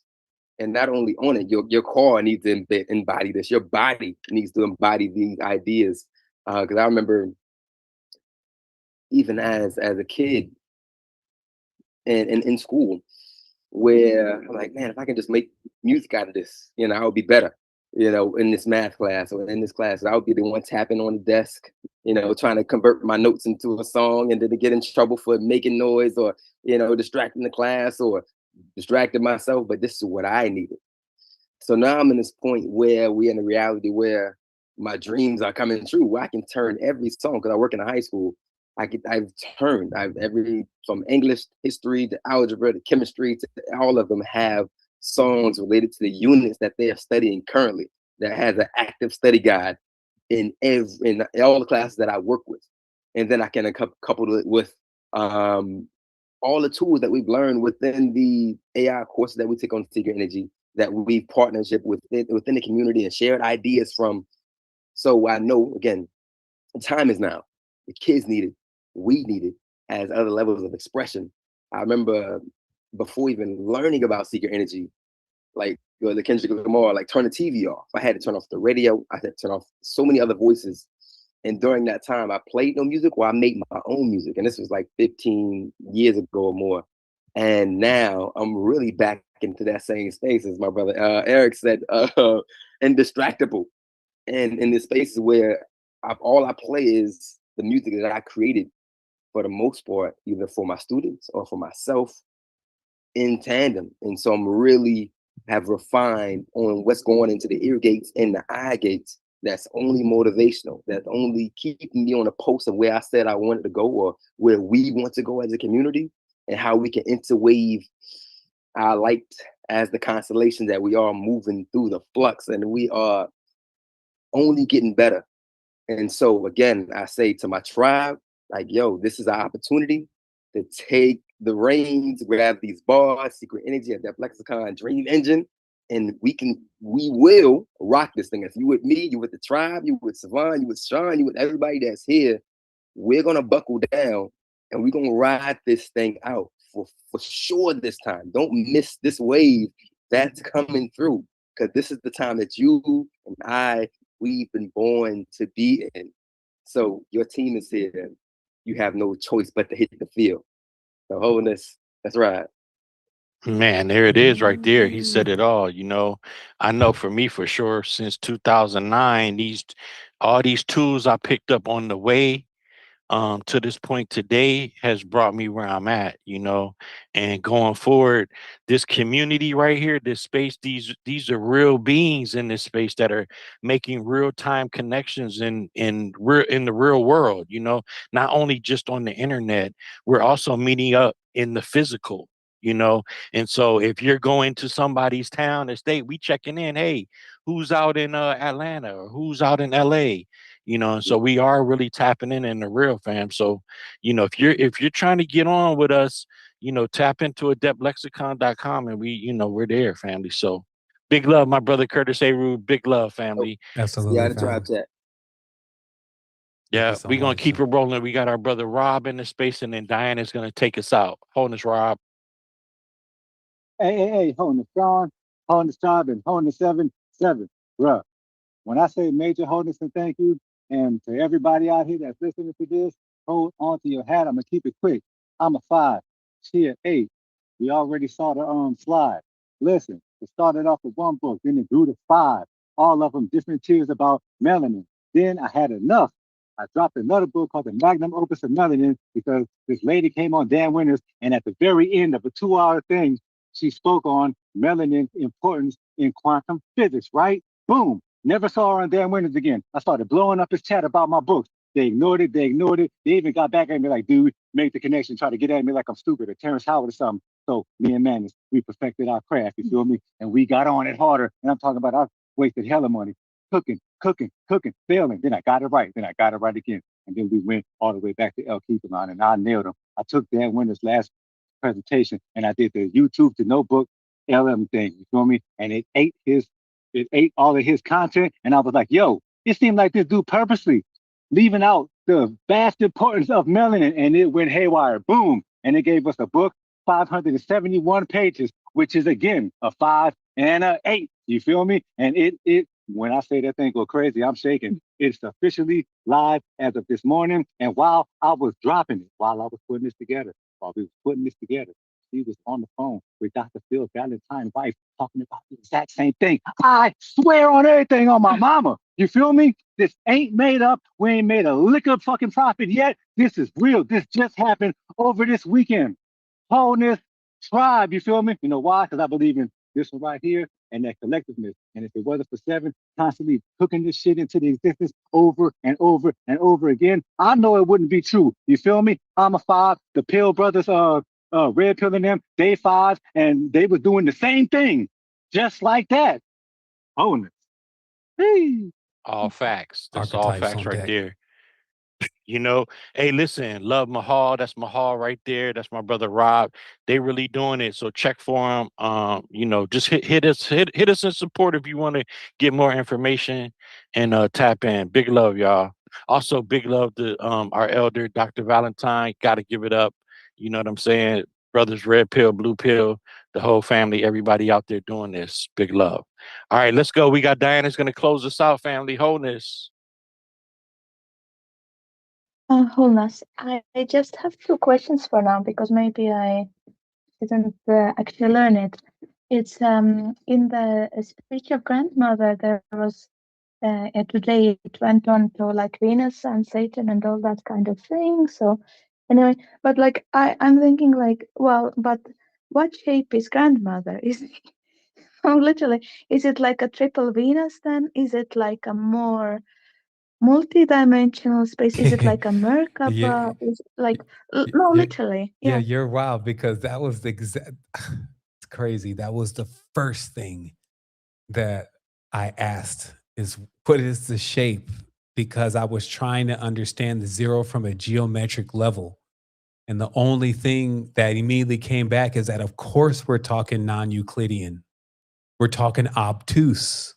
And it's almost like there are so many words that do begin with the O that will give you this like formula of how to, what we're saying is because we literally are capable of projecting ourselves into places, especially when they're real already.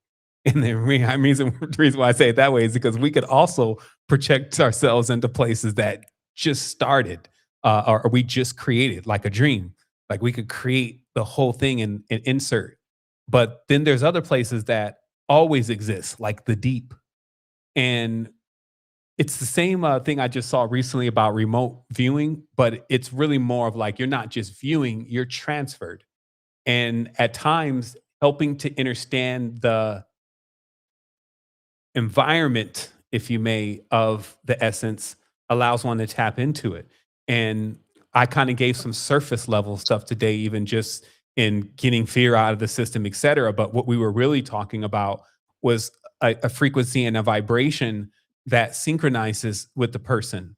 I think more superior than a geometric visual, there is more of an embodiment. Like we see all the words, we see the water, we see the thick clouds or the thick dark smokes of vapor of spirit in pneuma. So we can get an idea of what the territory or the terrain is like. Also, again, this is why a lot of the positive traits of Saturn are exalted here in this visual, if you may, where there is an extensive level of wisdom and knowing.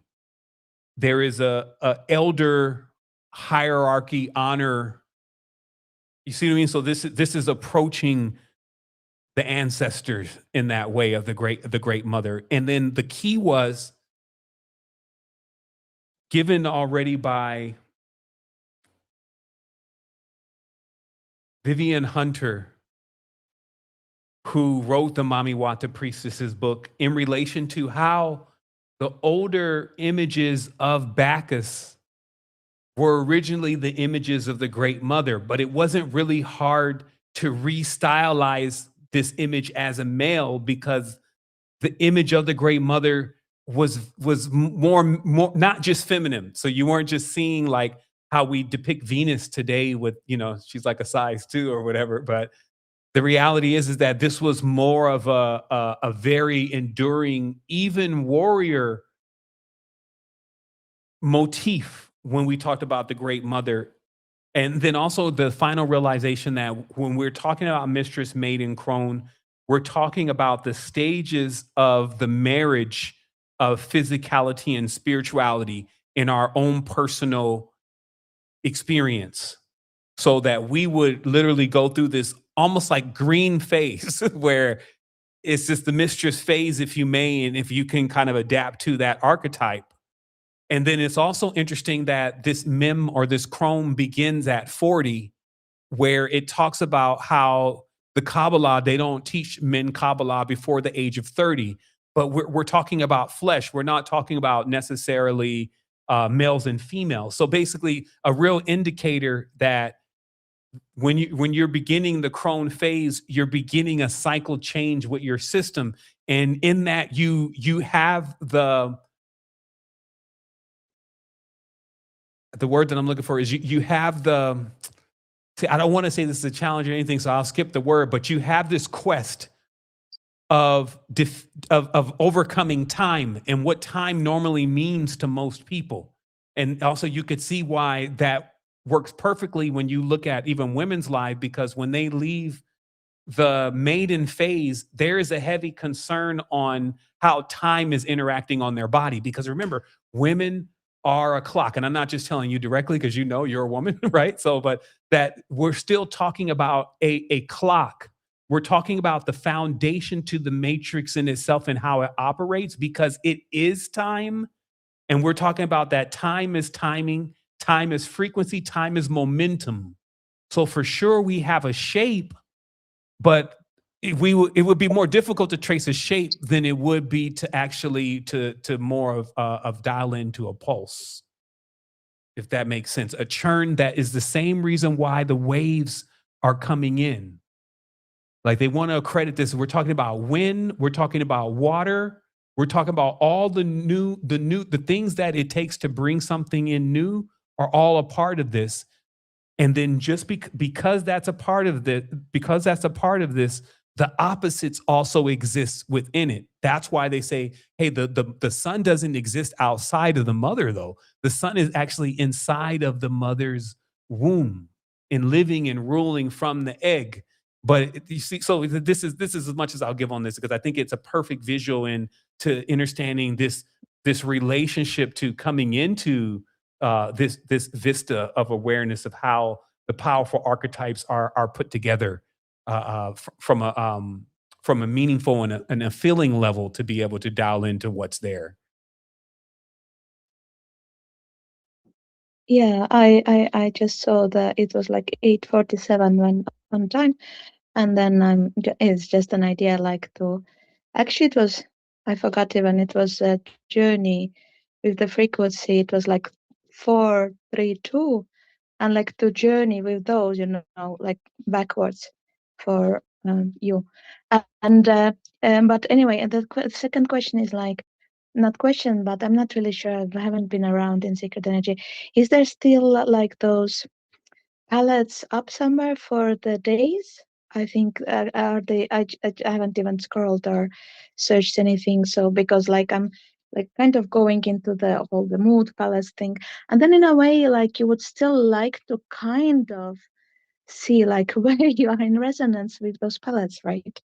So Yeah, this, for sure. I mean, I like to play with it. It is one of those things that's like a study in itself, because you're a doctor, so after you commit certain things to memory, it's just kind of commonplace.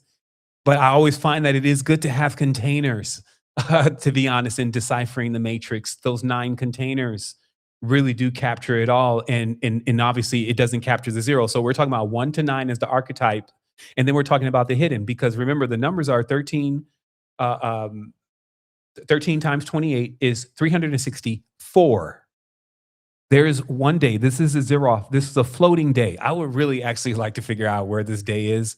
I'll get on it. But if somebody else could do the work, hey, we all paint the fence. But the reality is there was always a zeroth day in the culture where this day is the great mother's day, because it needs to be removed from the 365. There is a 365 kind of. It's like a little bit, just like our days are when we're using this Gregorian calendar. But the bigger issue is here, if we want to call it an issue, is that we literally move from a 13 synchronistic system, bosom matrix, to a 12, which would make our cart before the horse. It would literally throw us off 1 digit. And this would be catastrophic. It would be like you were falling downstairs.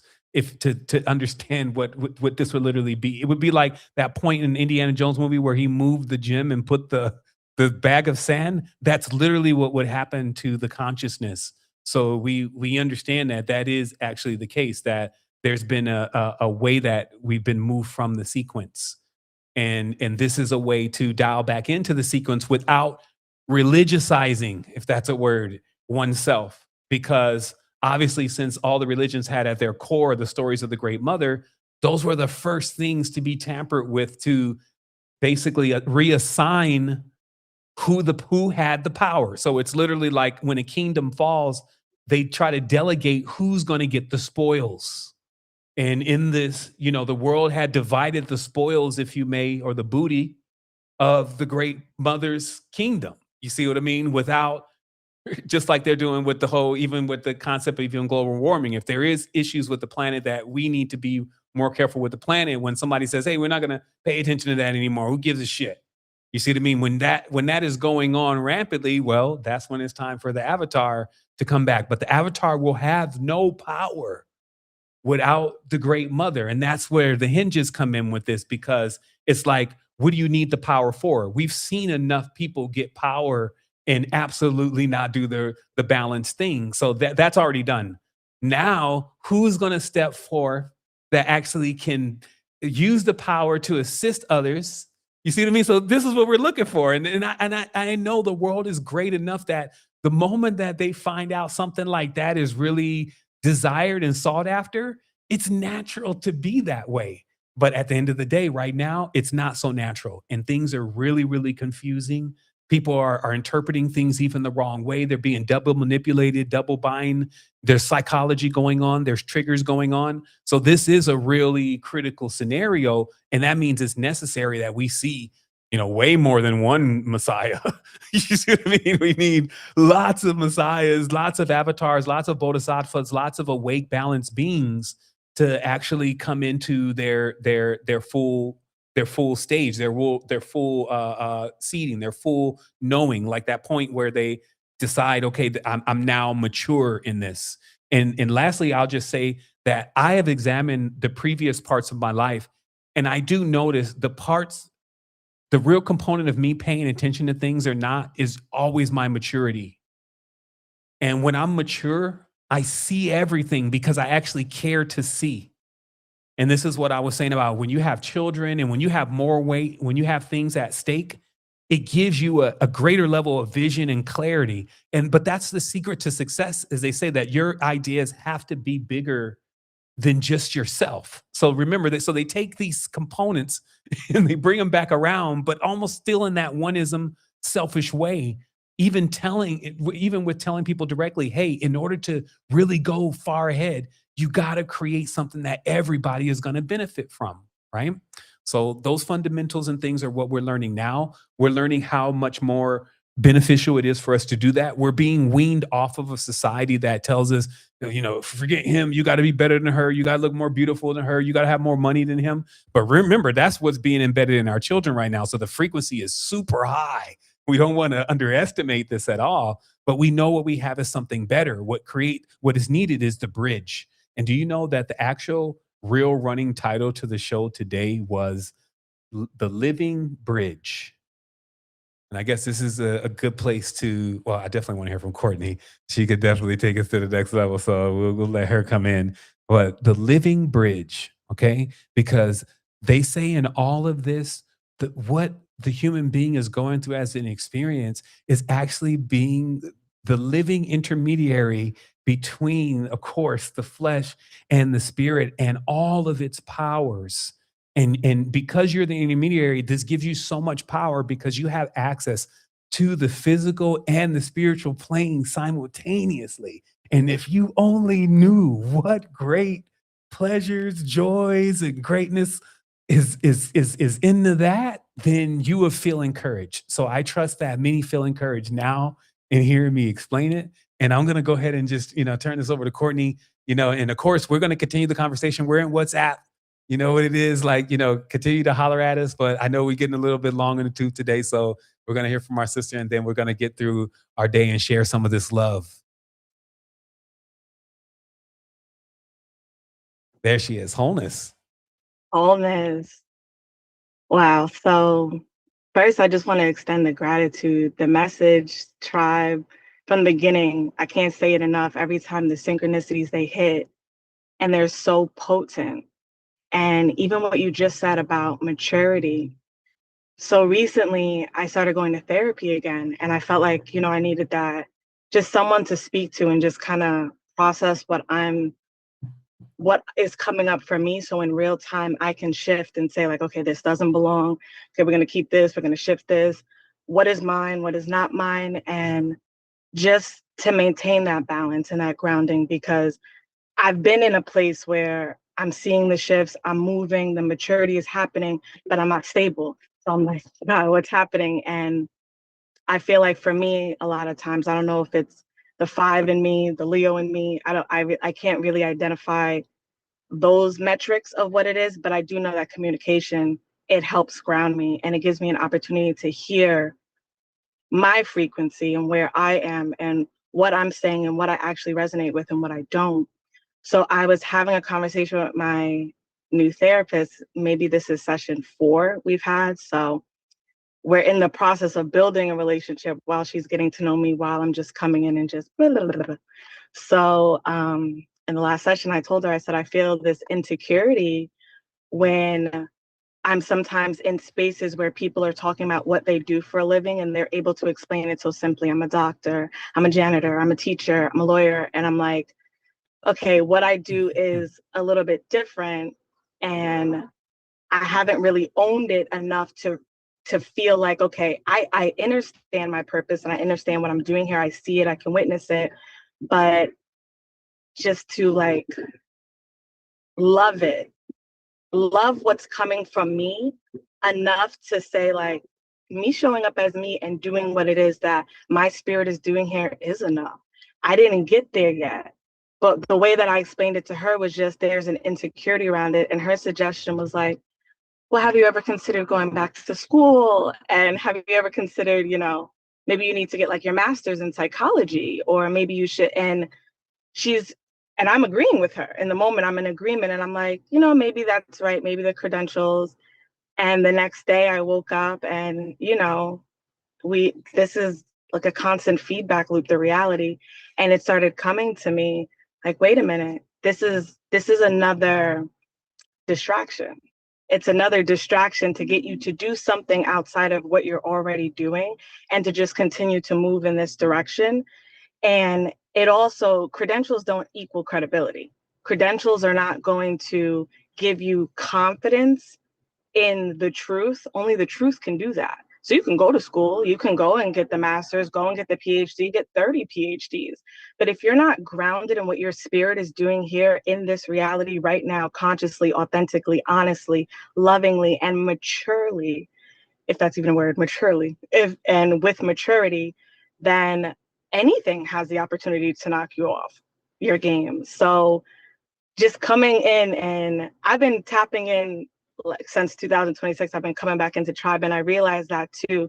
There's something about this space where me personally, when I find myself ascending, and it's funny, I'll go back to the ascension tapes and I'll start rewatching them. And there's something about that process of like shedding some of the weight where you do feel a little, well, personally, I'll like, it's destabilizing a bit, but this space is so stabilizing. And you know, everyone comes in with these potent synchronicities and these truths from where they're standing. And we all are like just experiencing this multifaceted way of communicating the experience, the human experience, the spiritual experience, and then bringing it here so potently and so honestly and so authentically. And, you know, Savan is not nonstop. Like he's not stopping. He's coming with it every time. And it's not only inspiring, it's safe. Like it's like a safe space to come home to and say like, you know, okay, I feel the shifts happening again.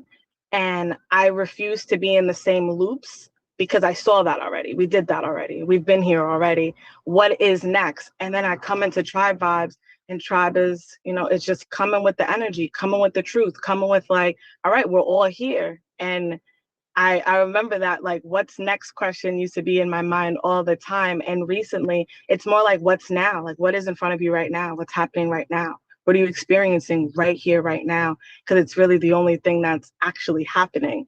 And if you're able to witness that and perceive that clearly, what's next is already there. Like it's already set up for you. So yeah, I just wanted to say thank you, gratitude to the space, much love and wholeness. Ooh, see? That's exactly why that really sends us on our journey in such a balanced, harmonic way. I just want to take these final moments. First of all, thank you, sister, for, you know, just bringing in that harmonic, to be honest. Like, and I love how it all works synchronistically, but I just feel like when you're always speaking, because we always know, you know, you on your grill, you like you got your poetry together, but in many ways it's right on time, and there's always someone in the space that is feeling those words in a much more deeper way, even than may some are. And so I wanted to, you know, give thanks also for everybody that's here, Sean, you know, my brothers and sisters that have been in the space, all the pillars. It's extremely incredible to have been on this journey and to continue this journey with you. Wow, a mighty journey it is. Like, even when I hear the wisdom and I hear the connection of the tribe and hear them speak, I'm always honored to just be a part of this and to be connected to something that's so special and to have done this life. And also to know, like, yo, we're gonna be here for the next 20, 30 years, even if hopefully you find that regeneration joy, but it's still 20, next 20, 30 years, it's still gonna be we're here. And a lot can happen in 20, 30 years. So we need to be on point with taking the reins of our projection and going into what we know the beautifulness of what existence has for us. Earth is so incredible, such a beautiful place. Like, when you be watching the YouTubes and they be showing, what do you, Matterhorn or something like that. And it's just like, but nobody's out there. There's just so much to enjoy here. And as you can see, there's just a little bit of distraction, literally.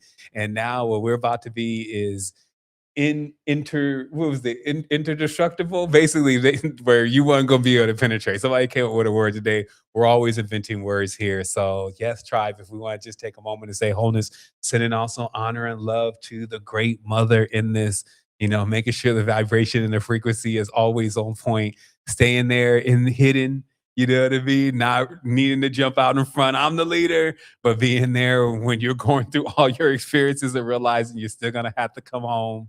You're still going to have to let go of the fears, and you're still going to have to tap into your love. So the faster you can do that, the faster we can start having the real fun in this. Sending love to the tribe. Wholeness. Big love, big love, big Hey, love. wholeness. Wholeness. Wholeness. Tribe. Hey, them t-shirts and hoodies. Right now is what's next. The t-shirts and hoodies. Wholeness. Wholeness tribe. Wholeness. Wholeness.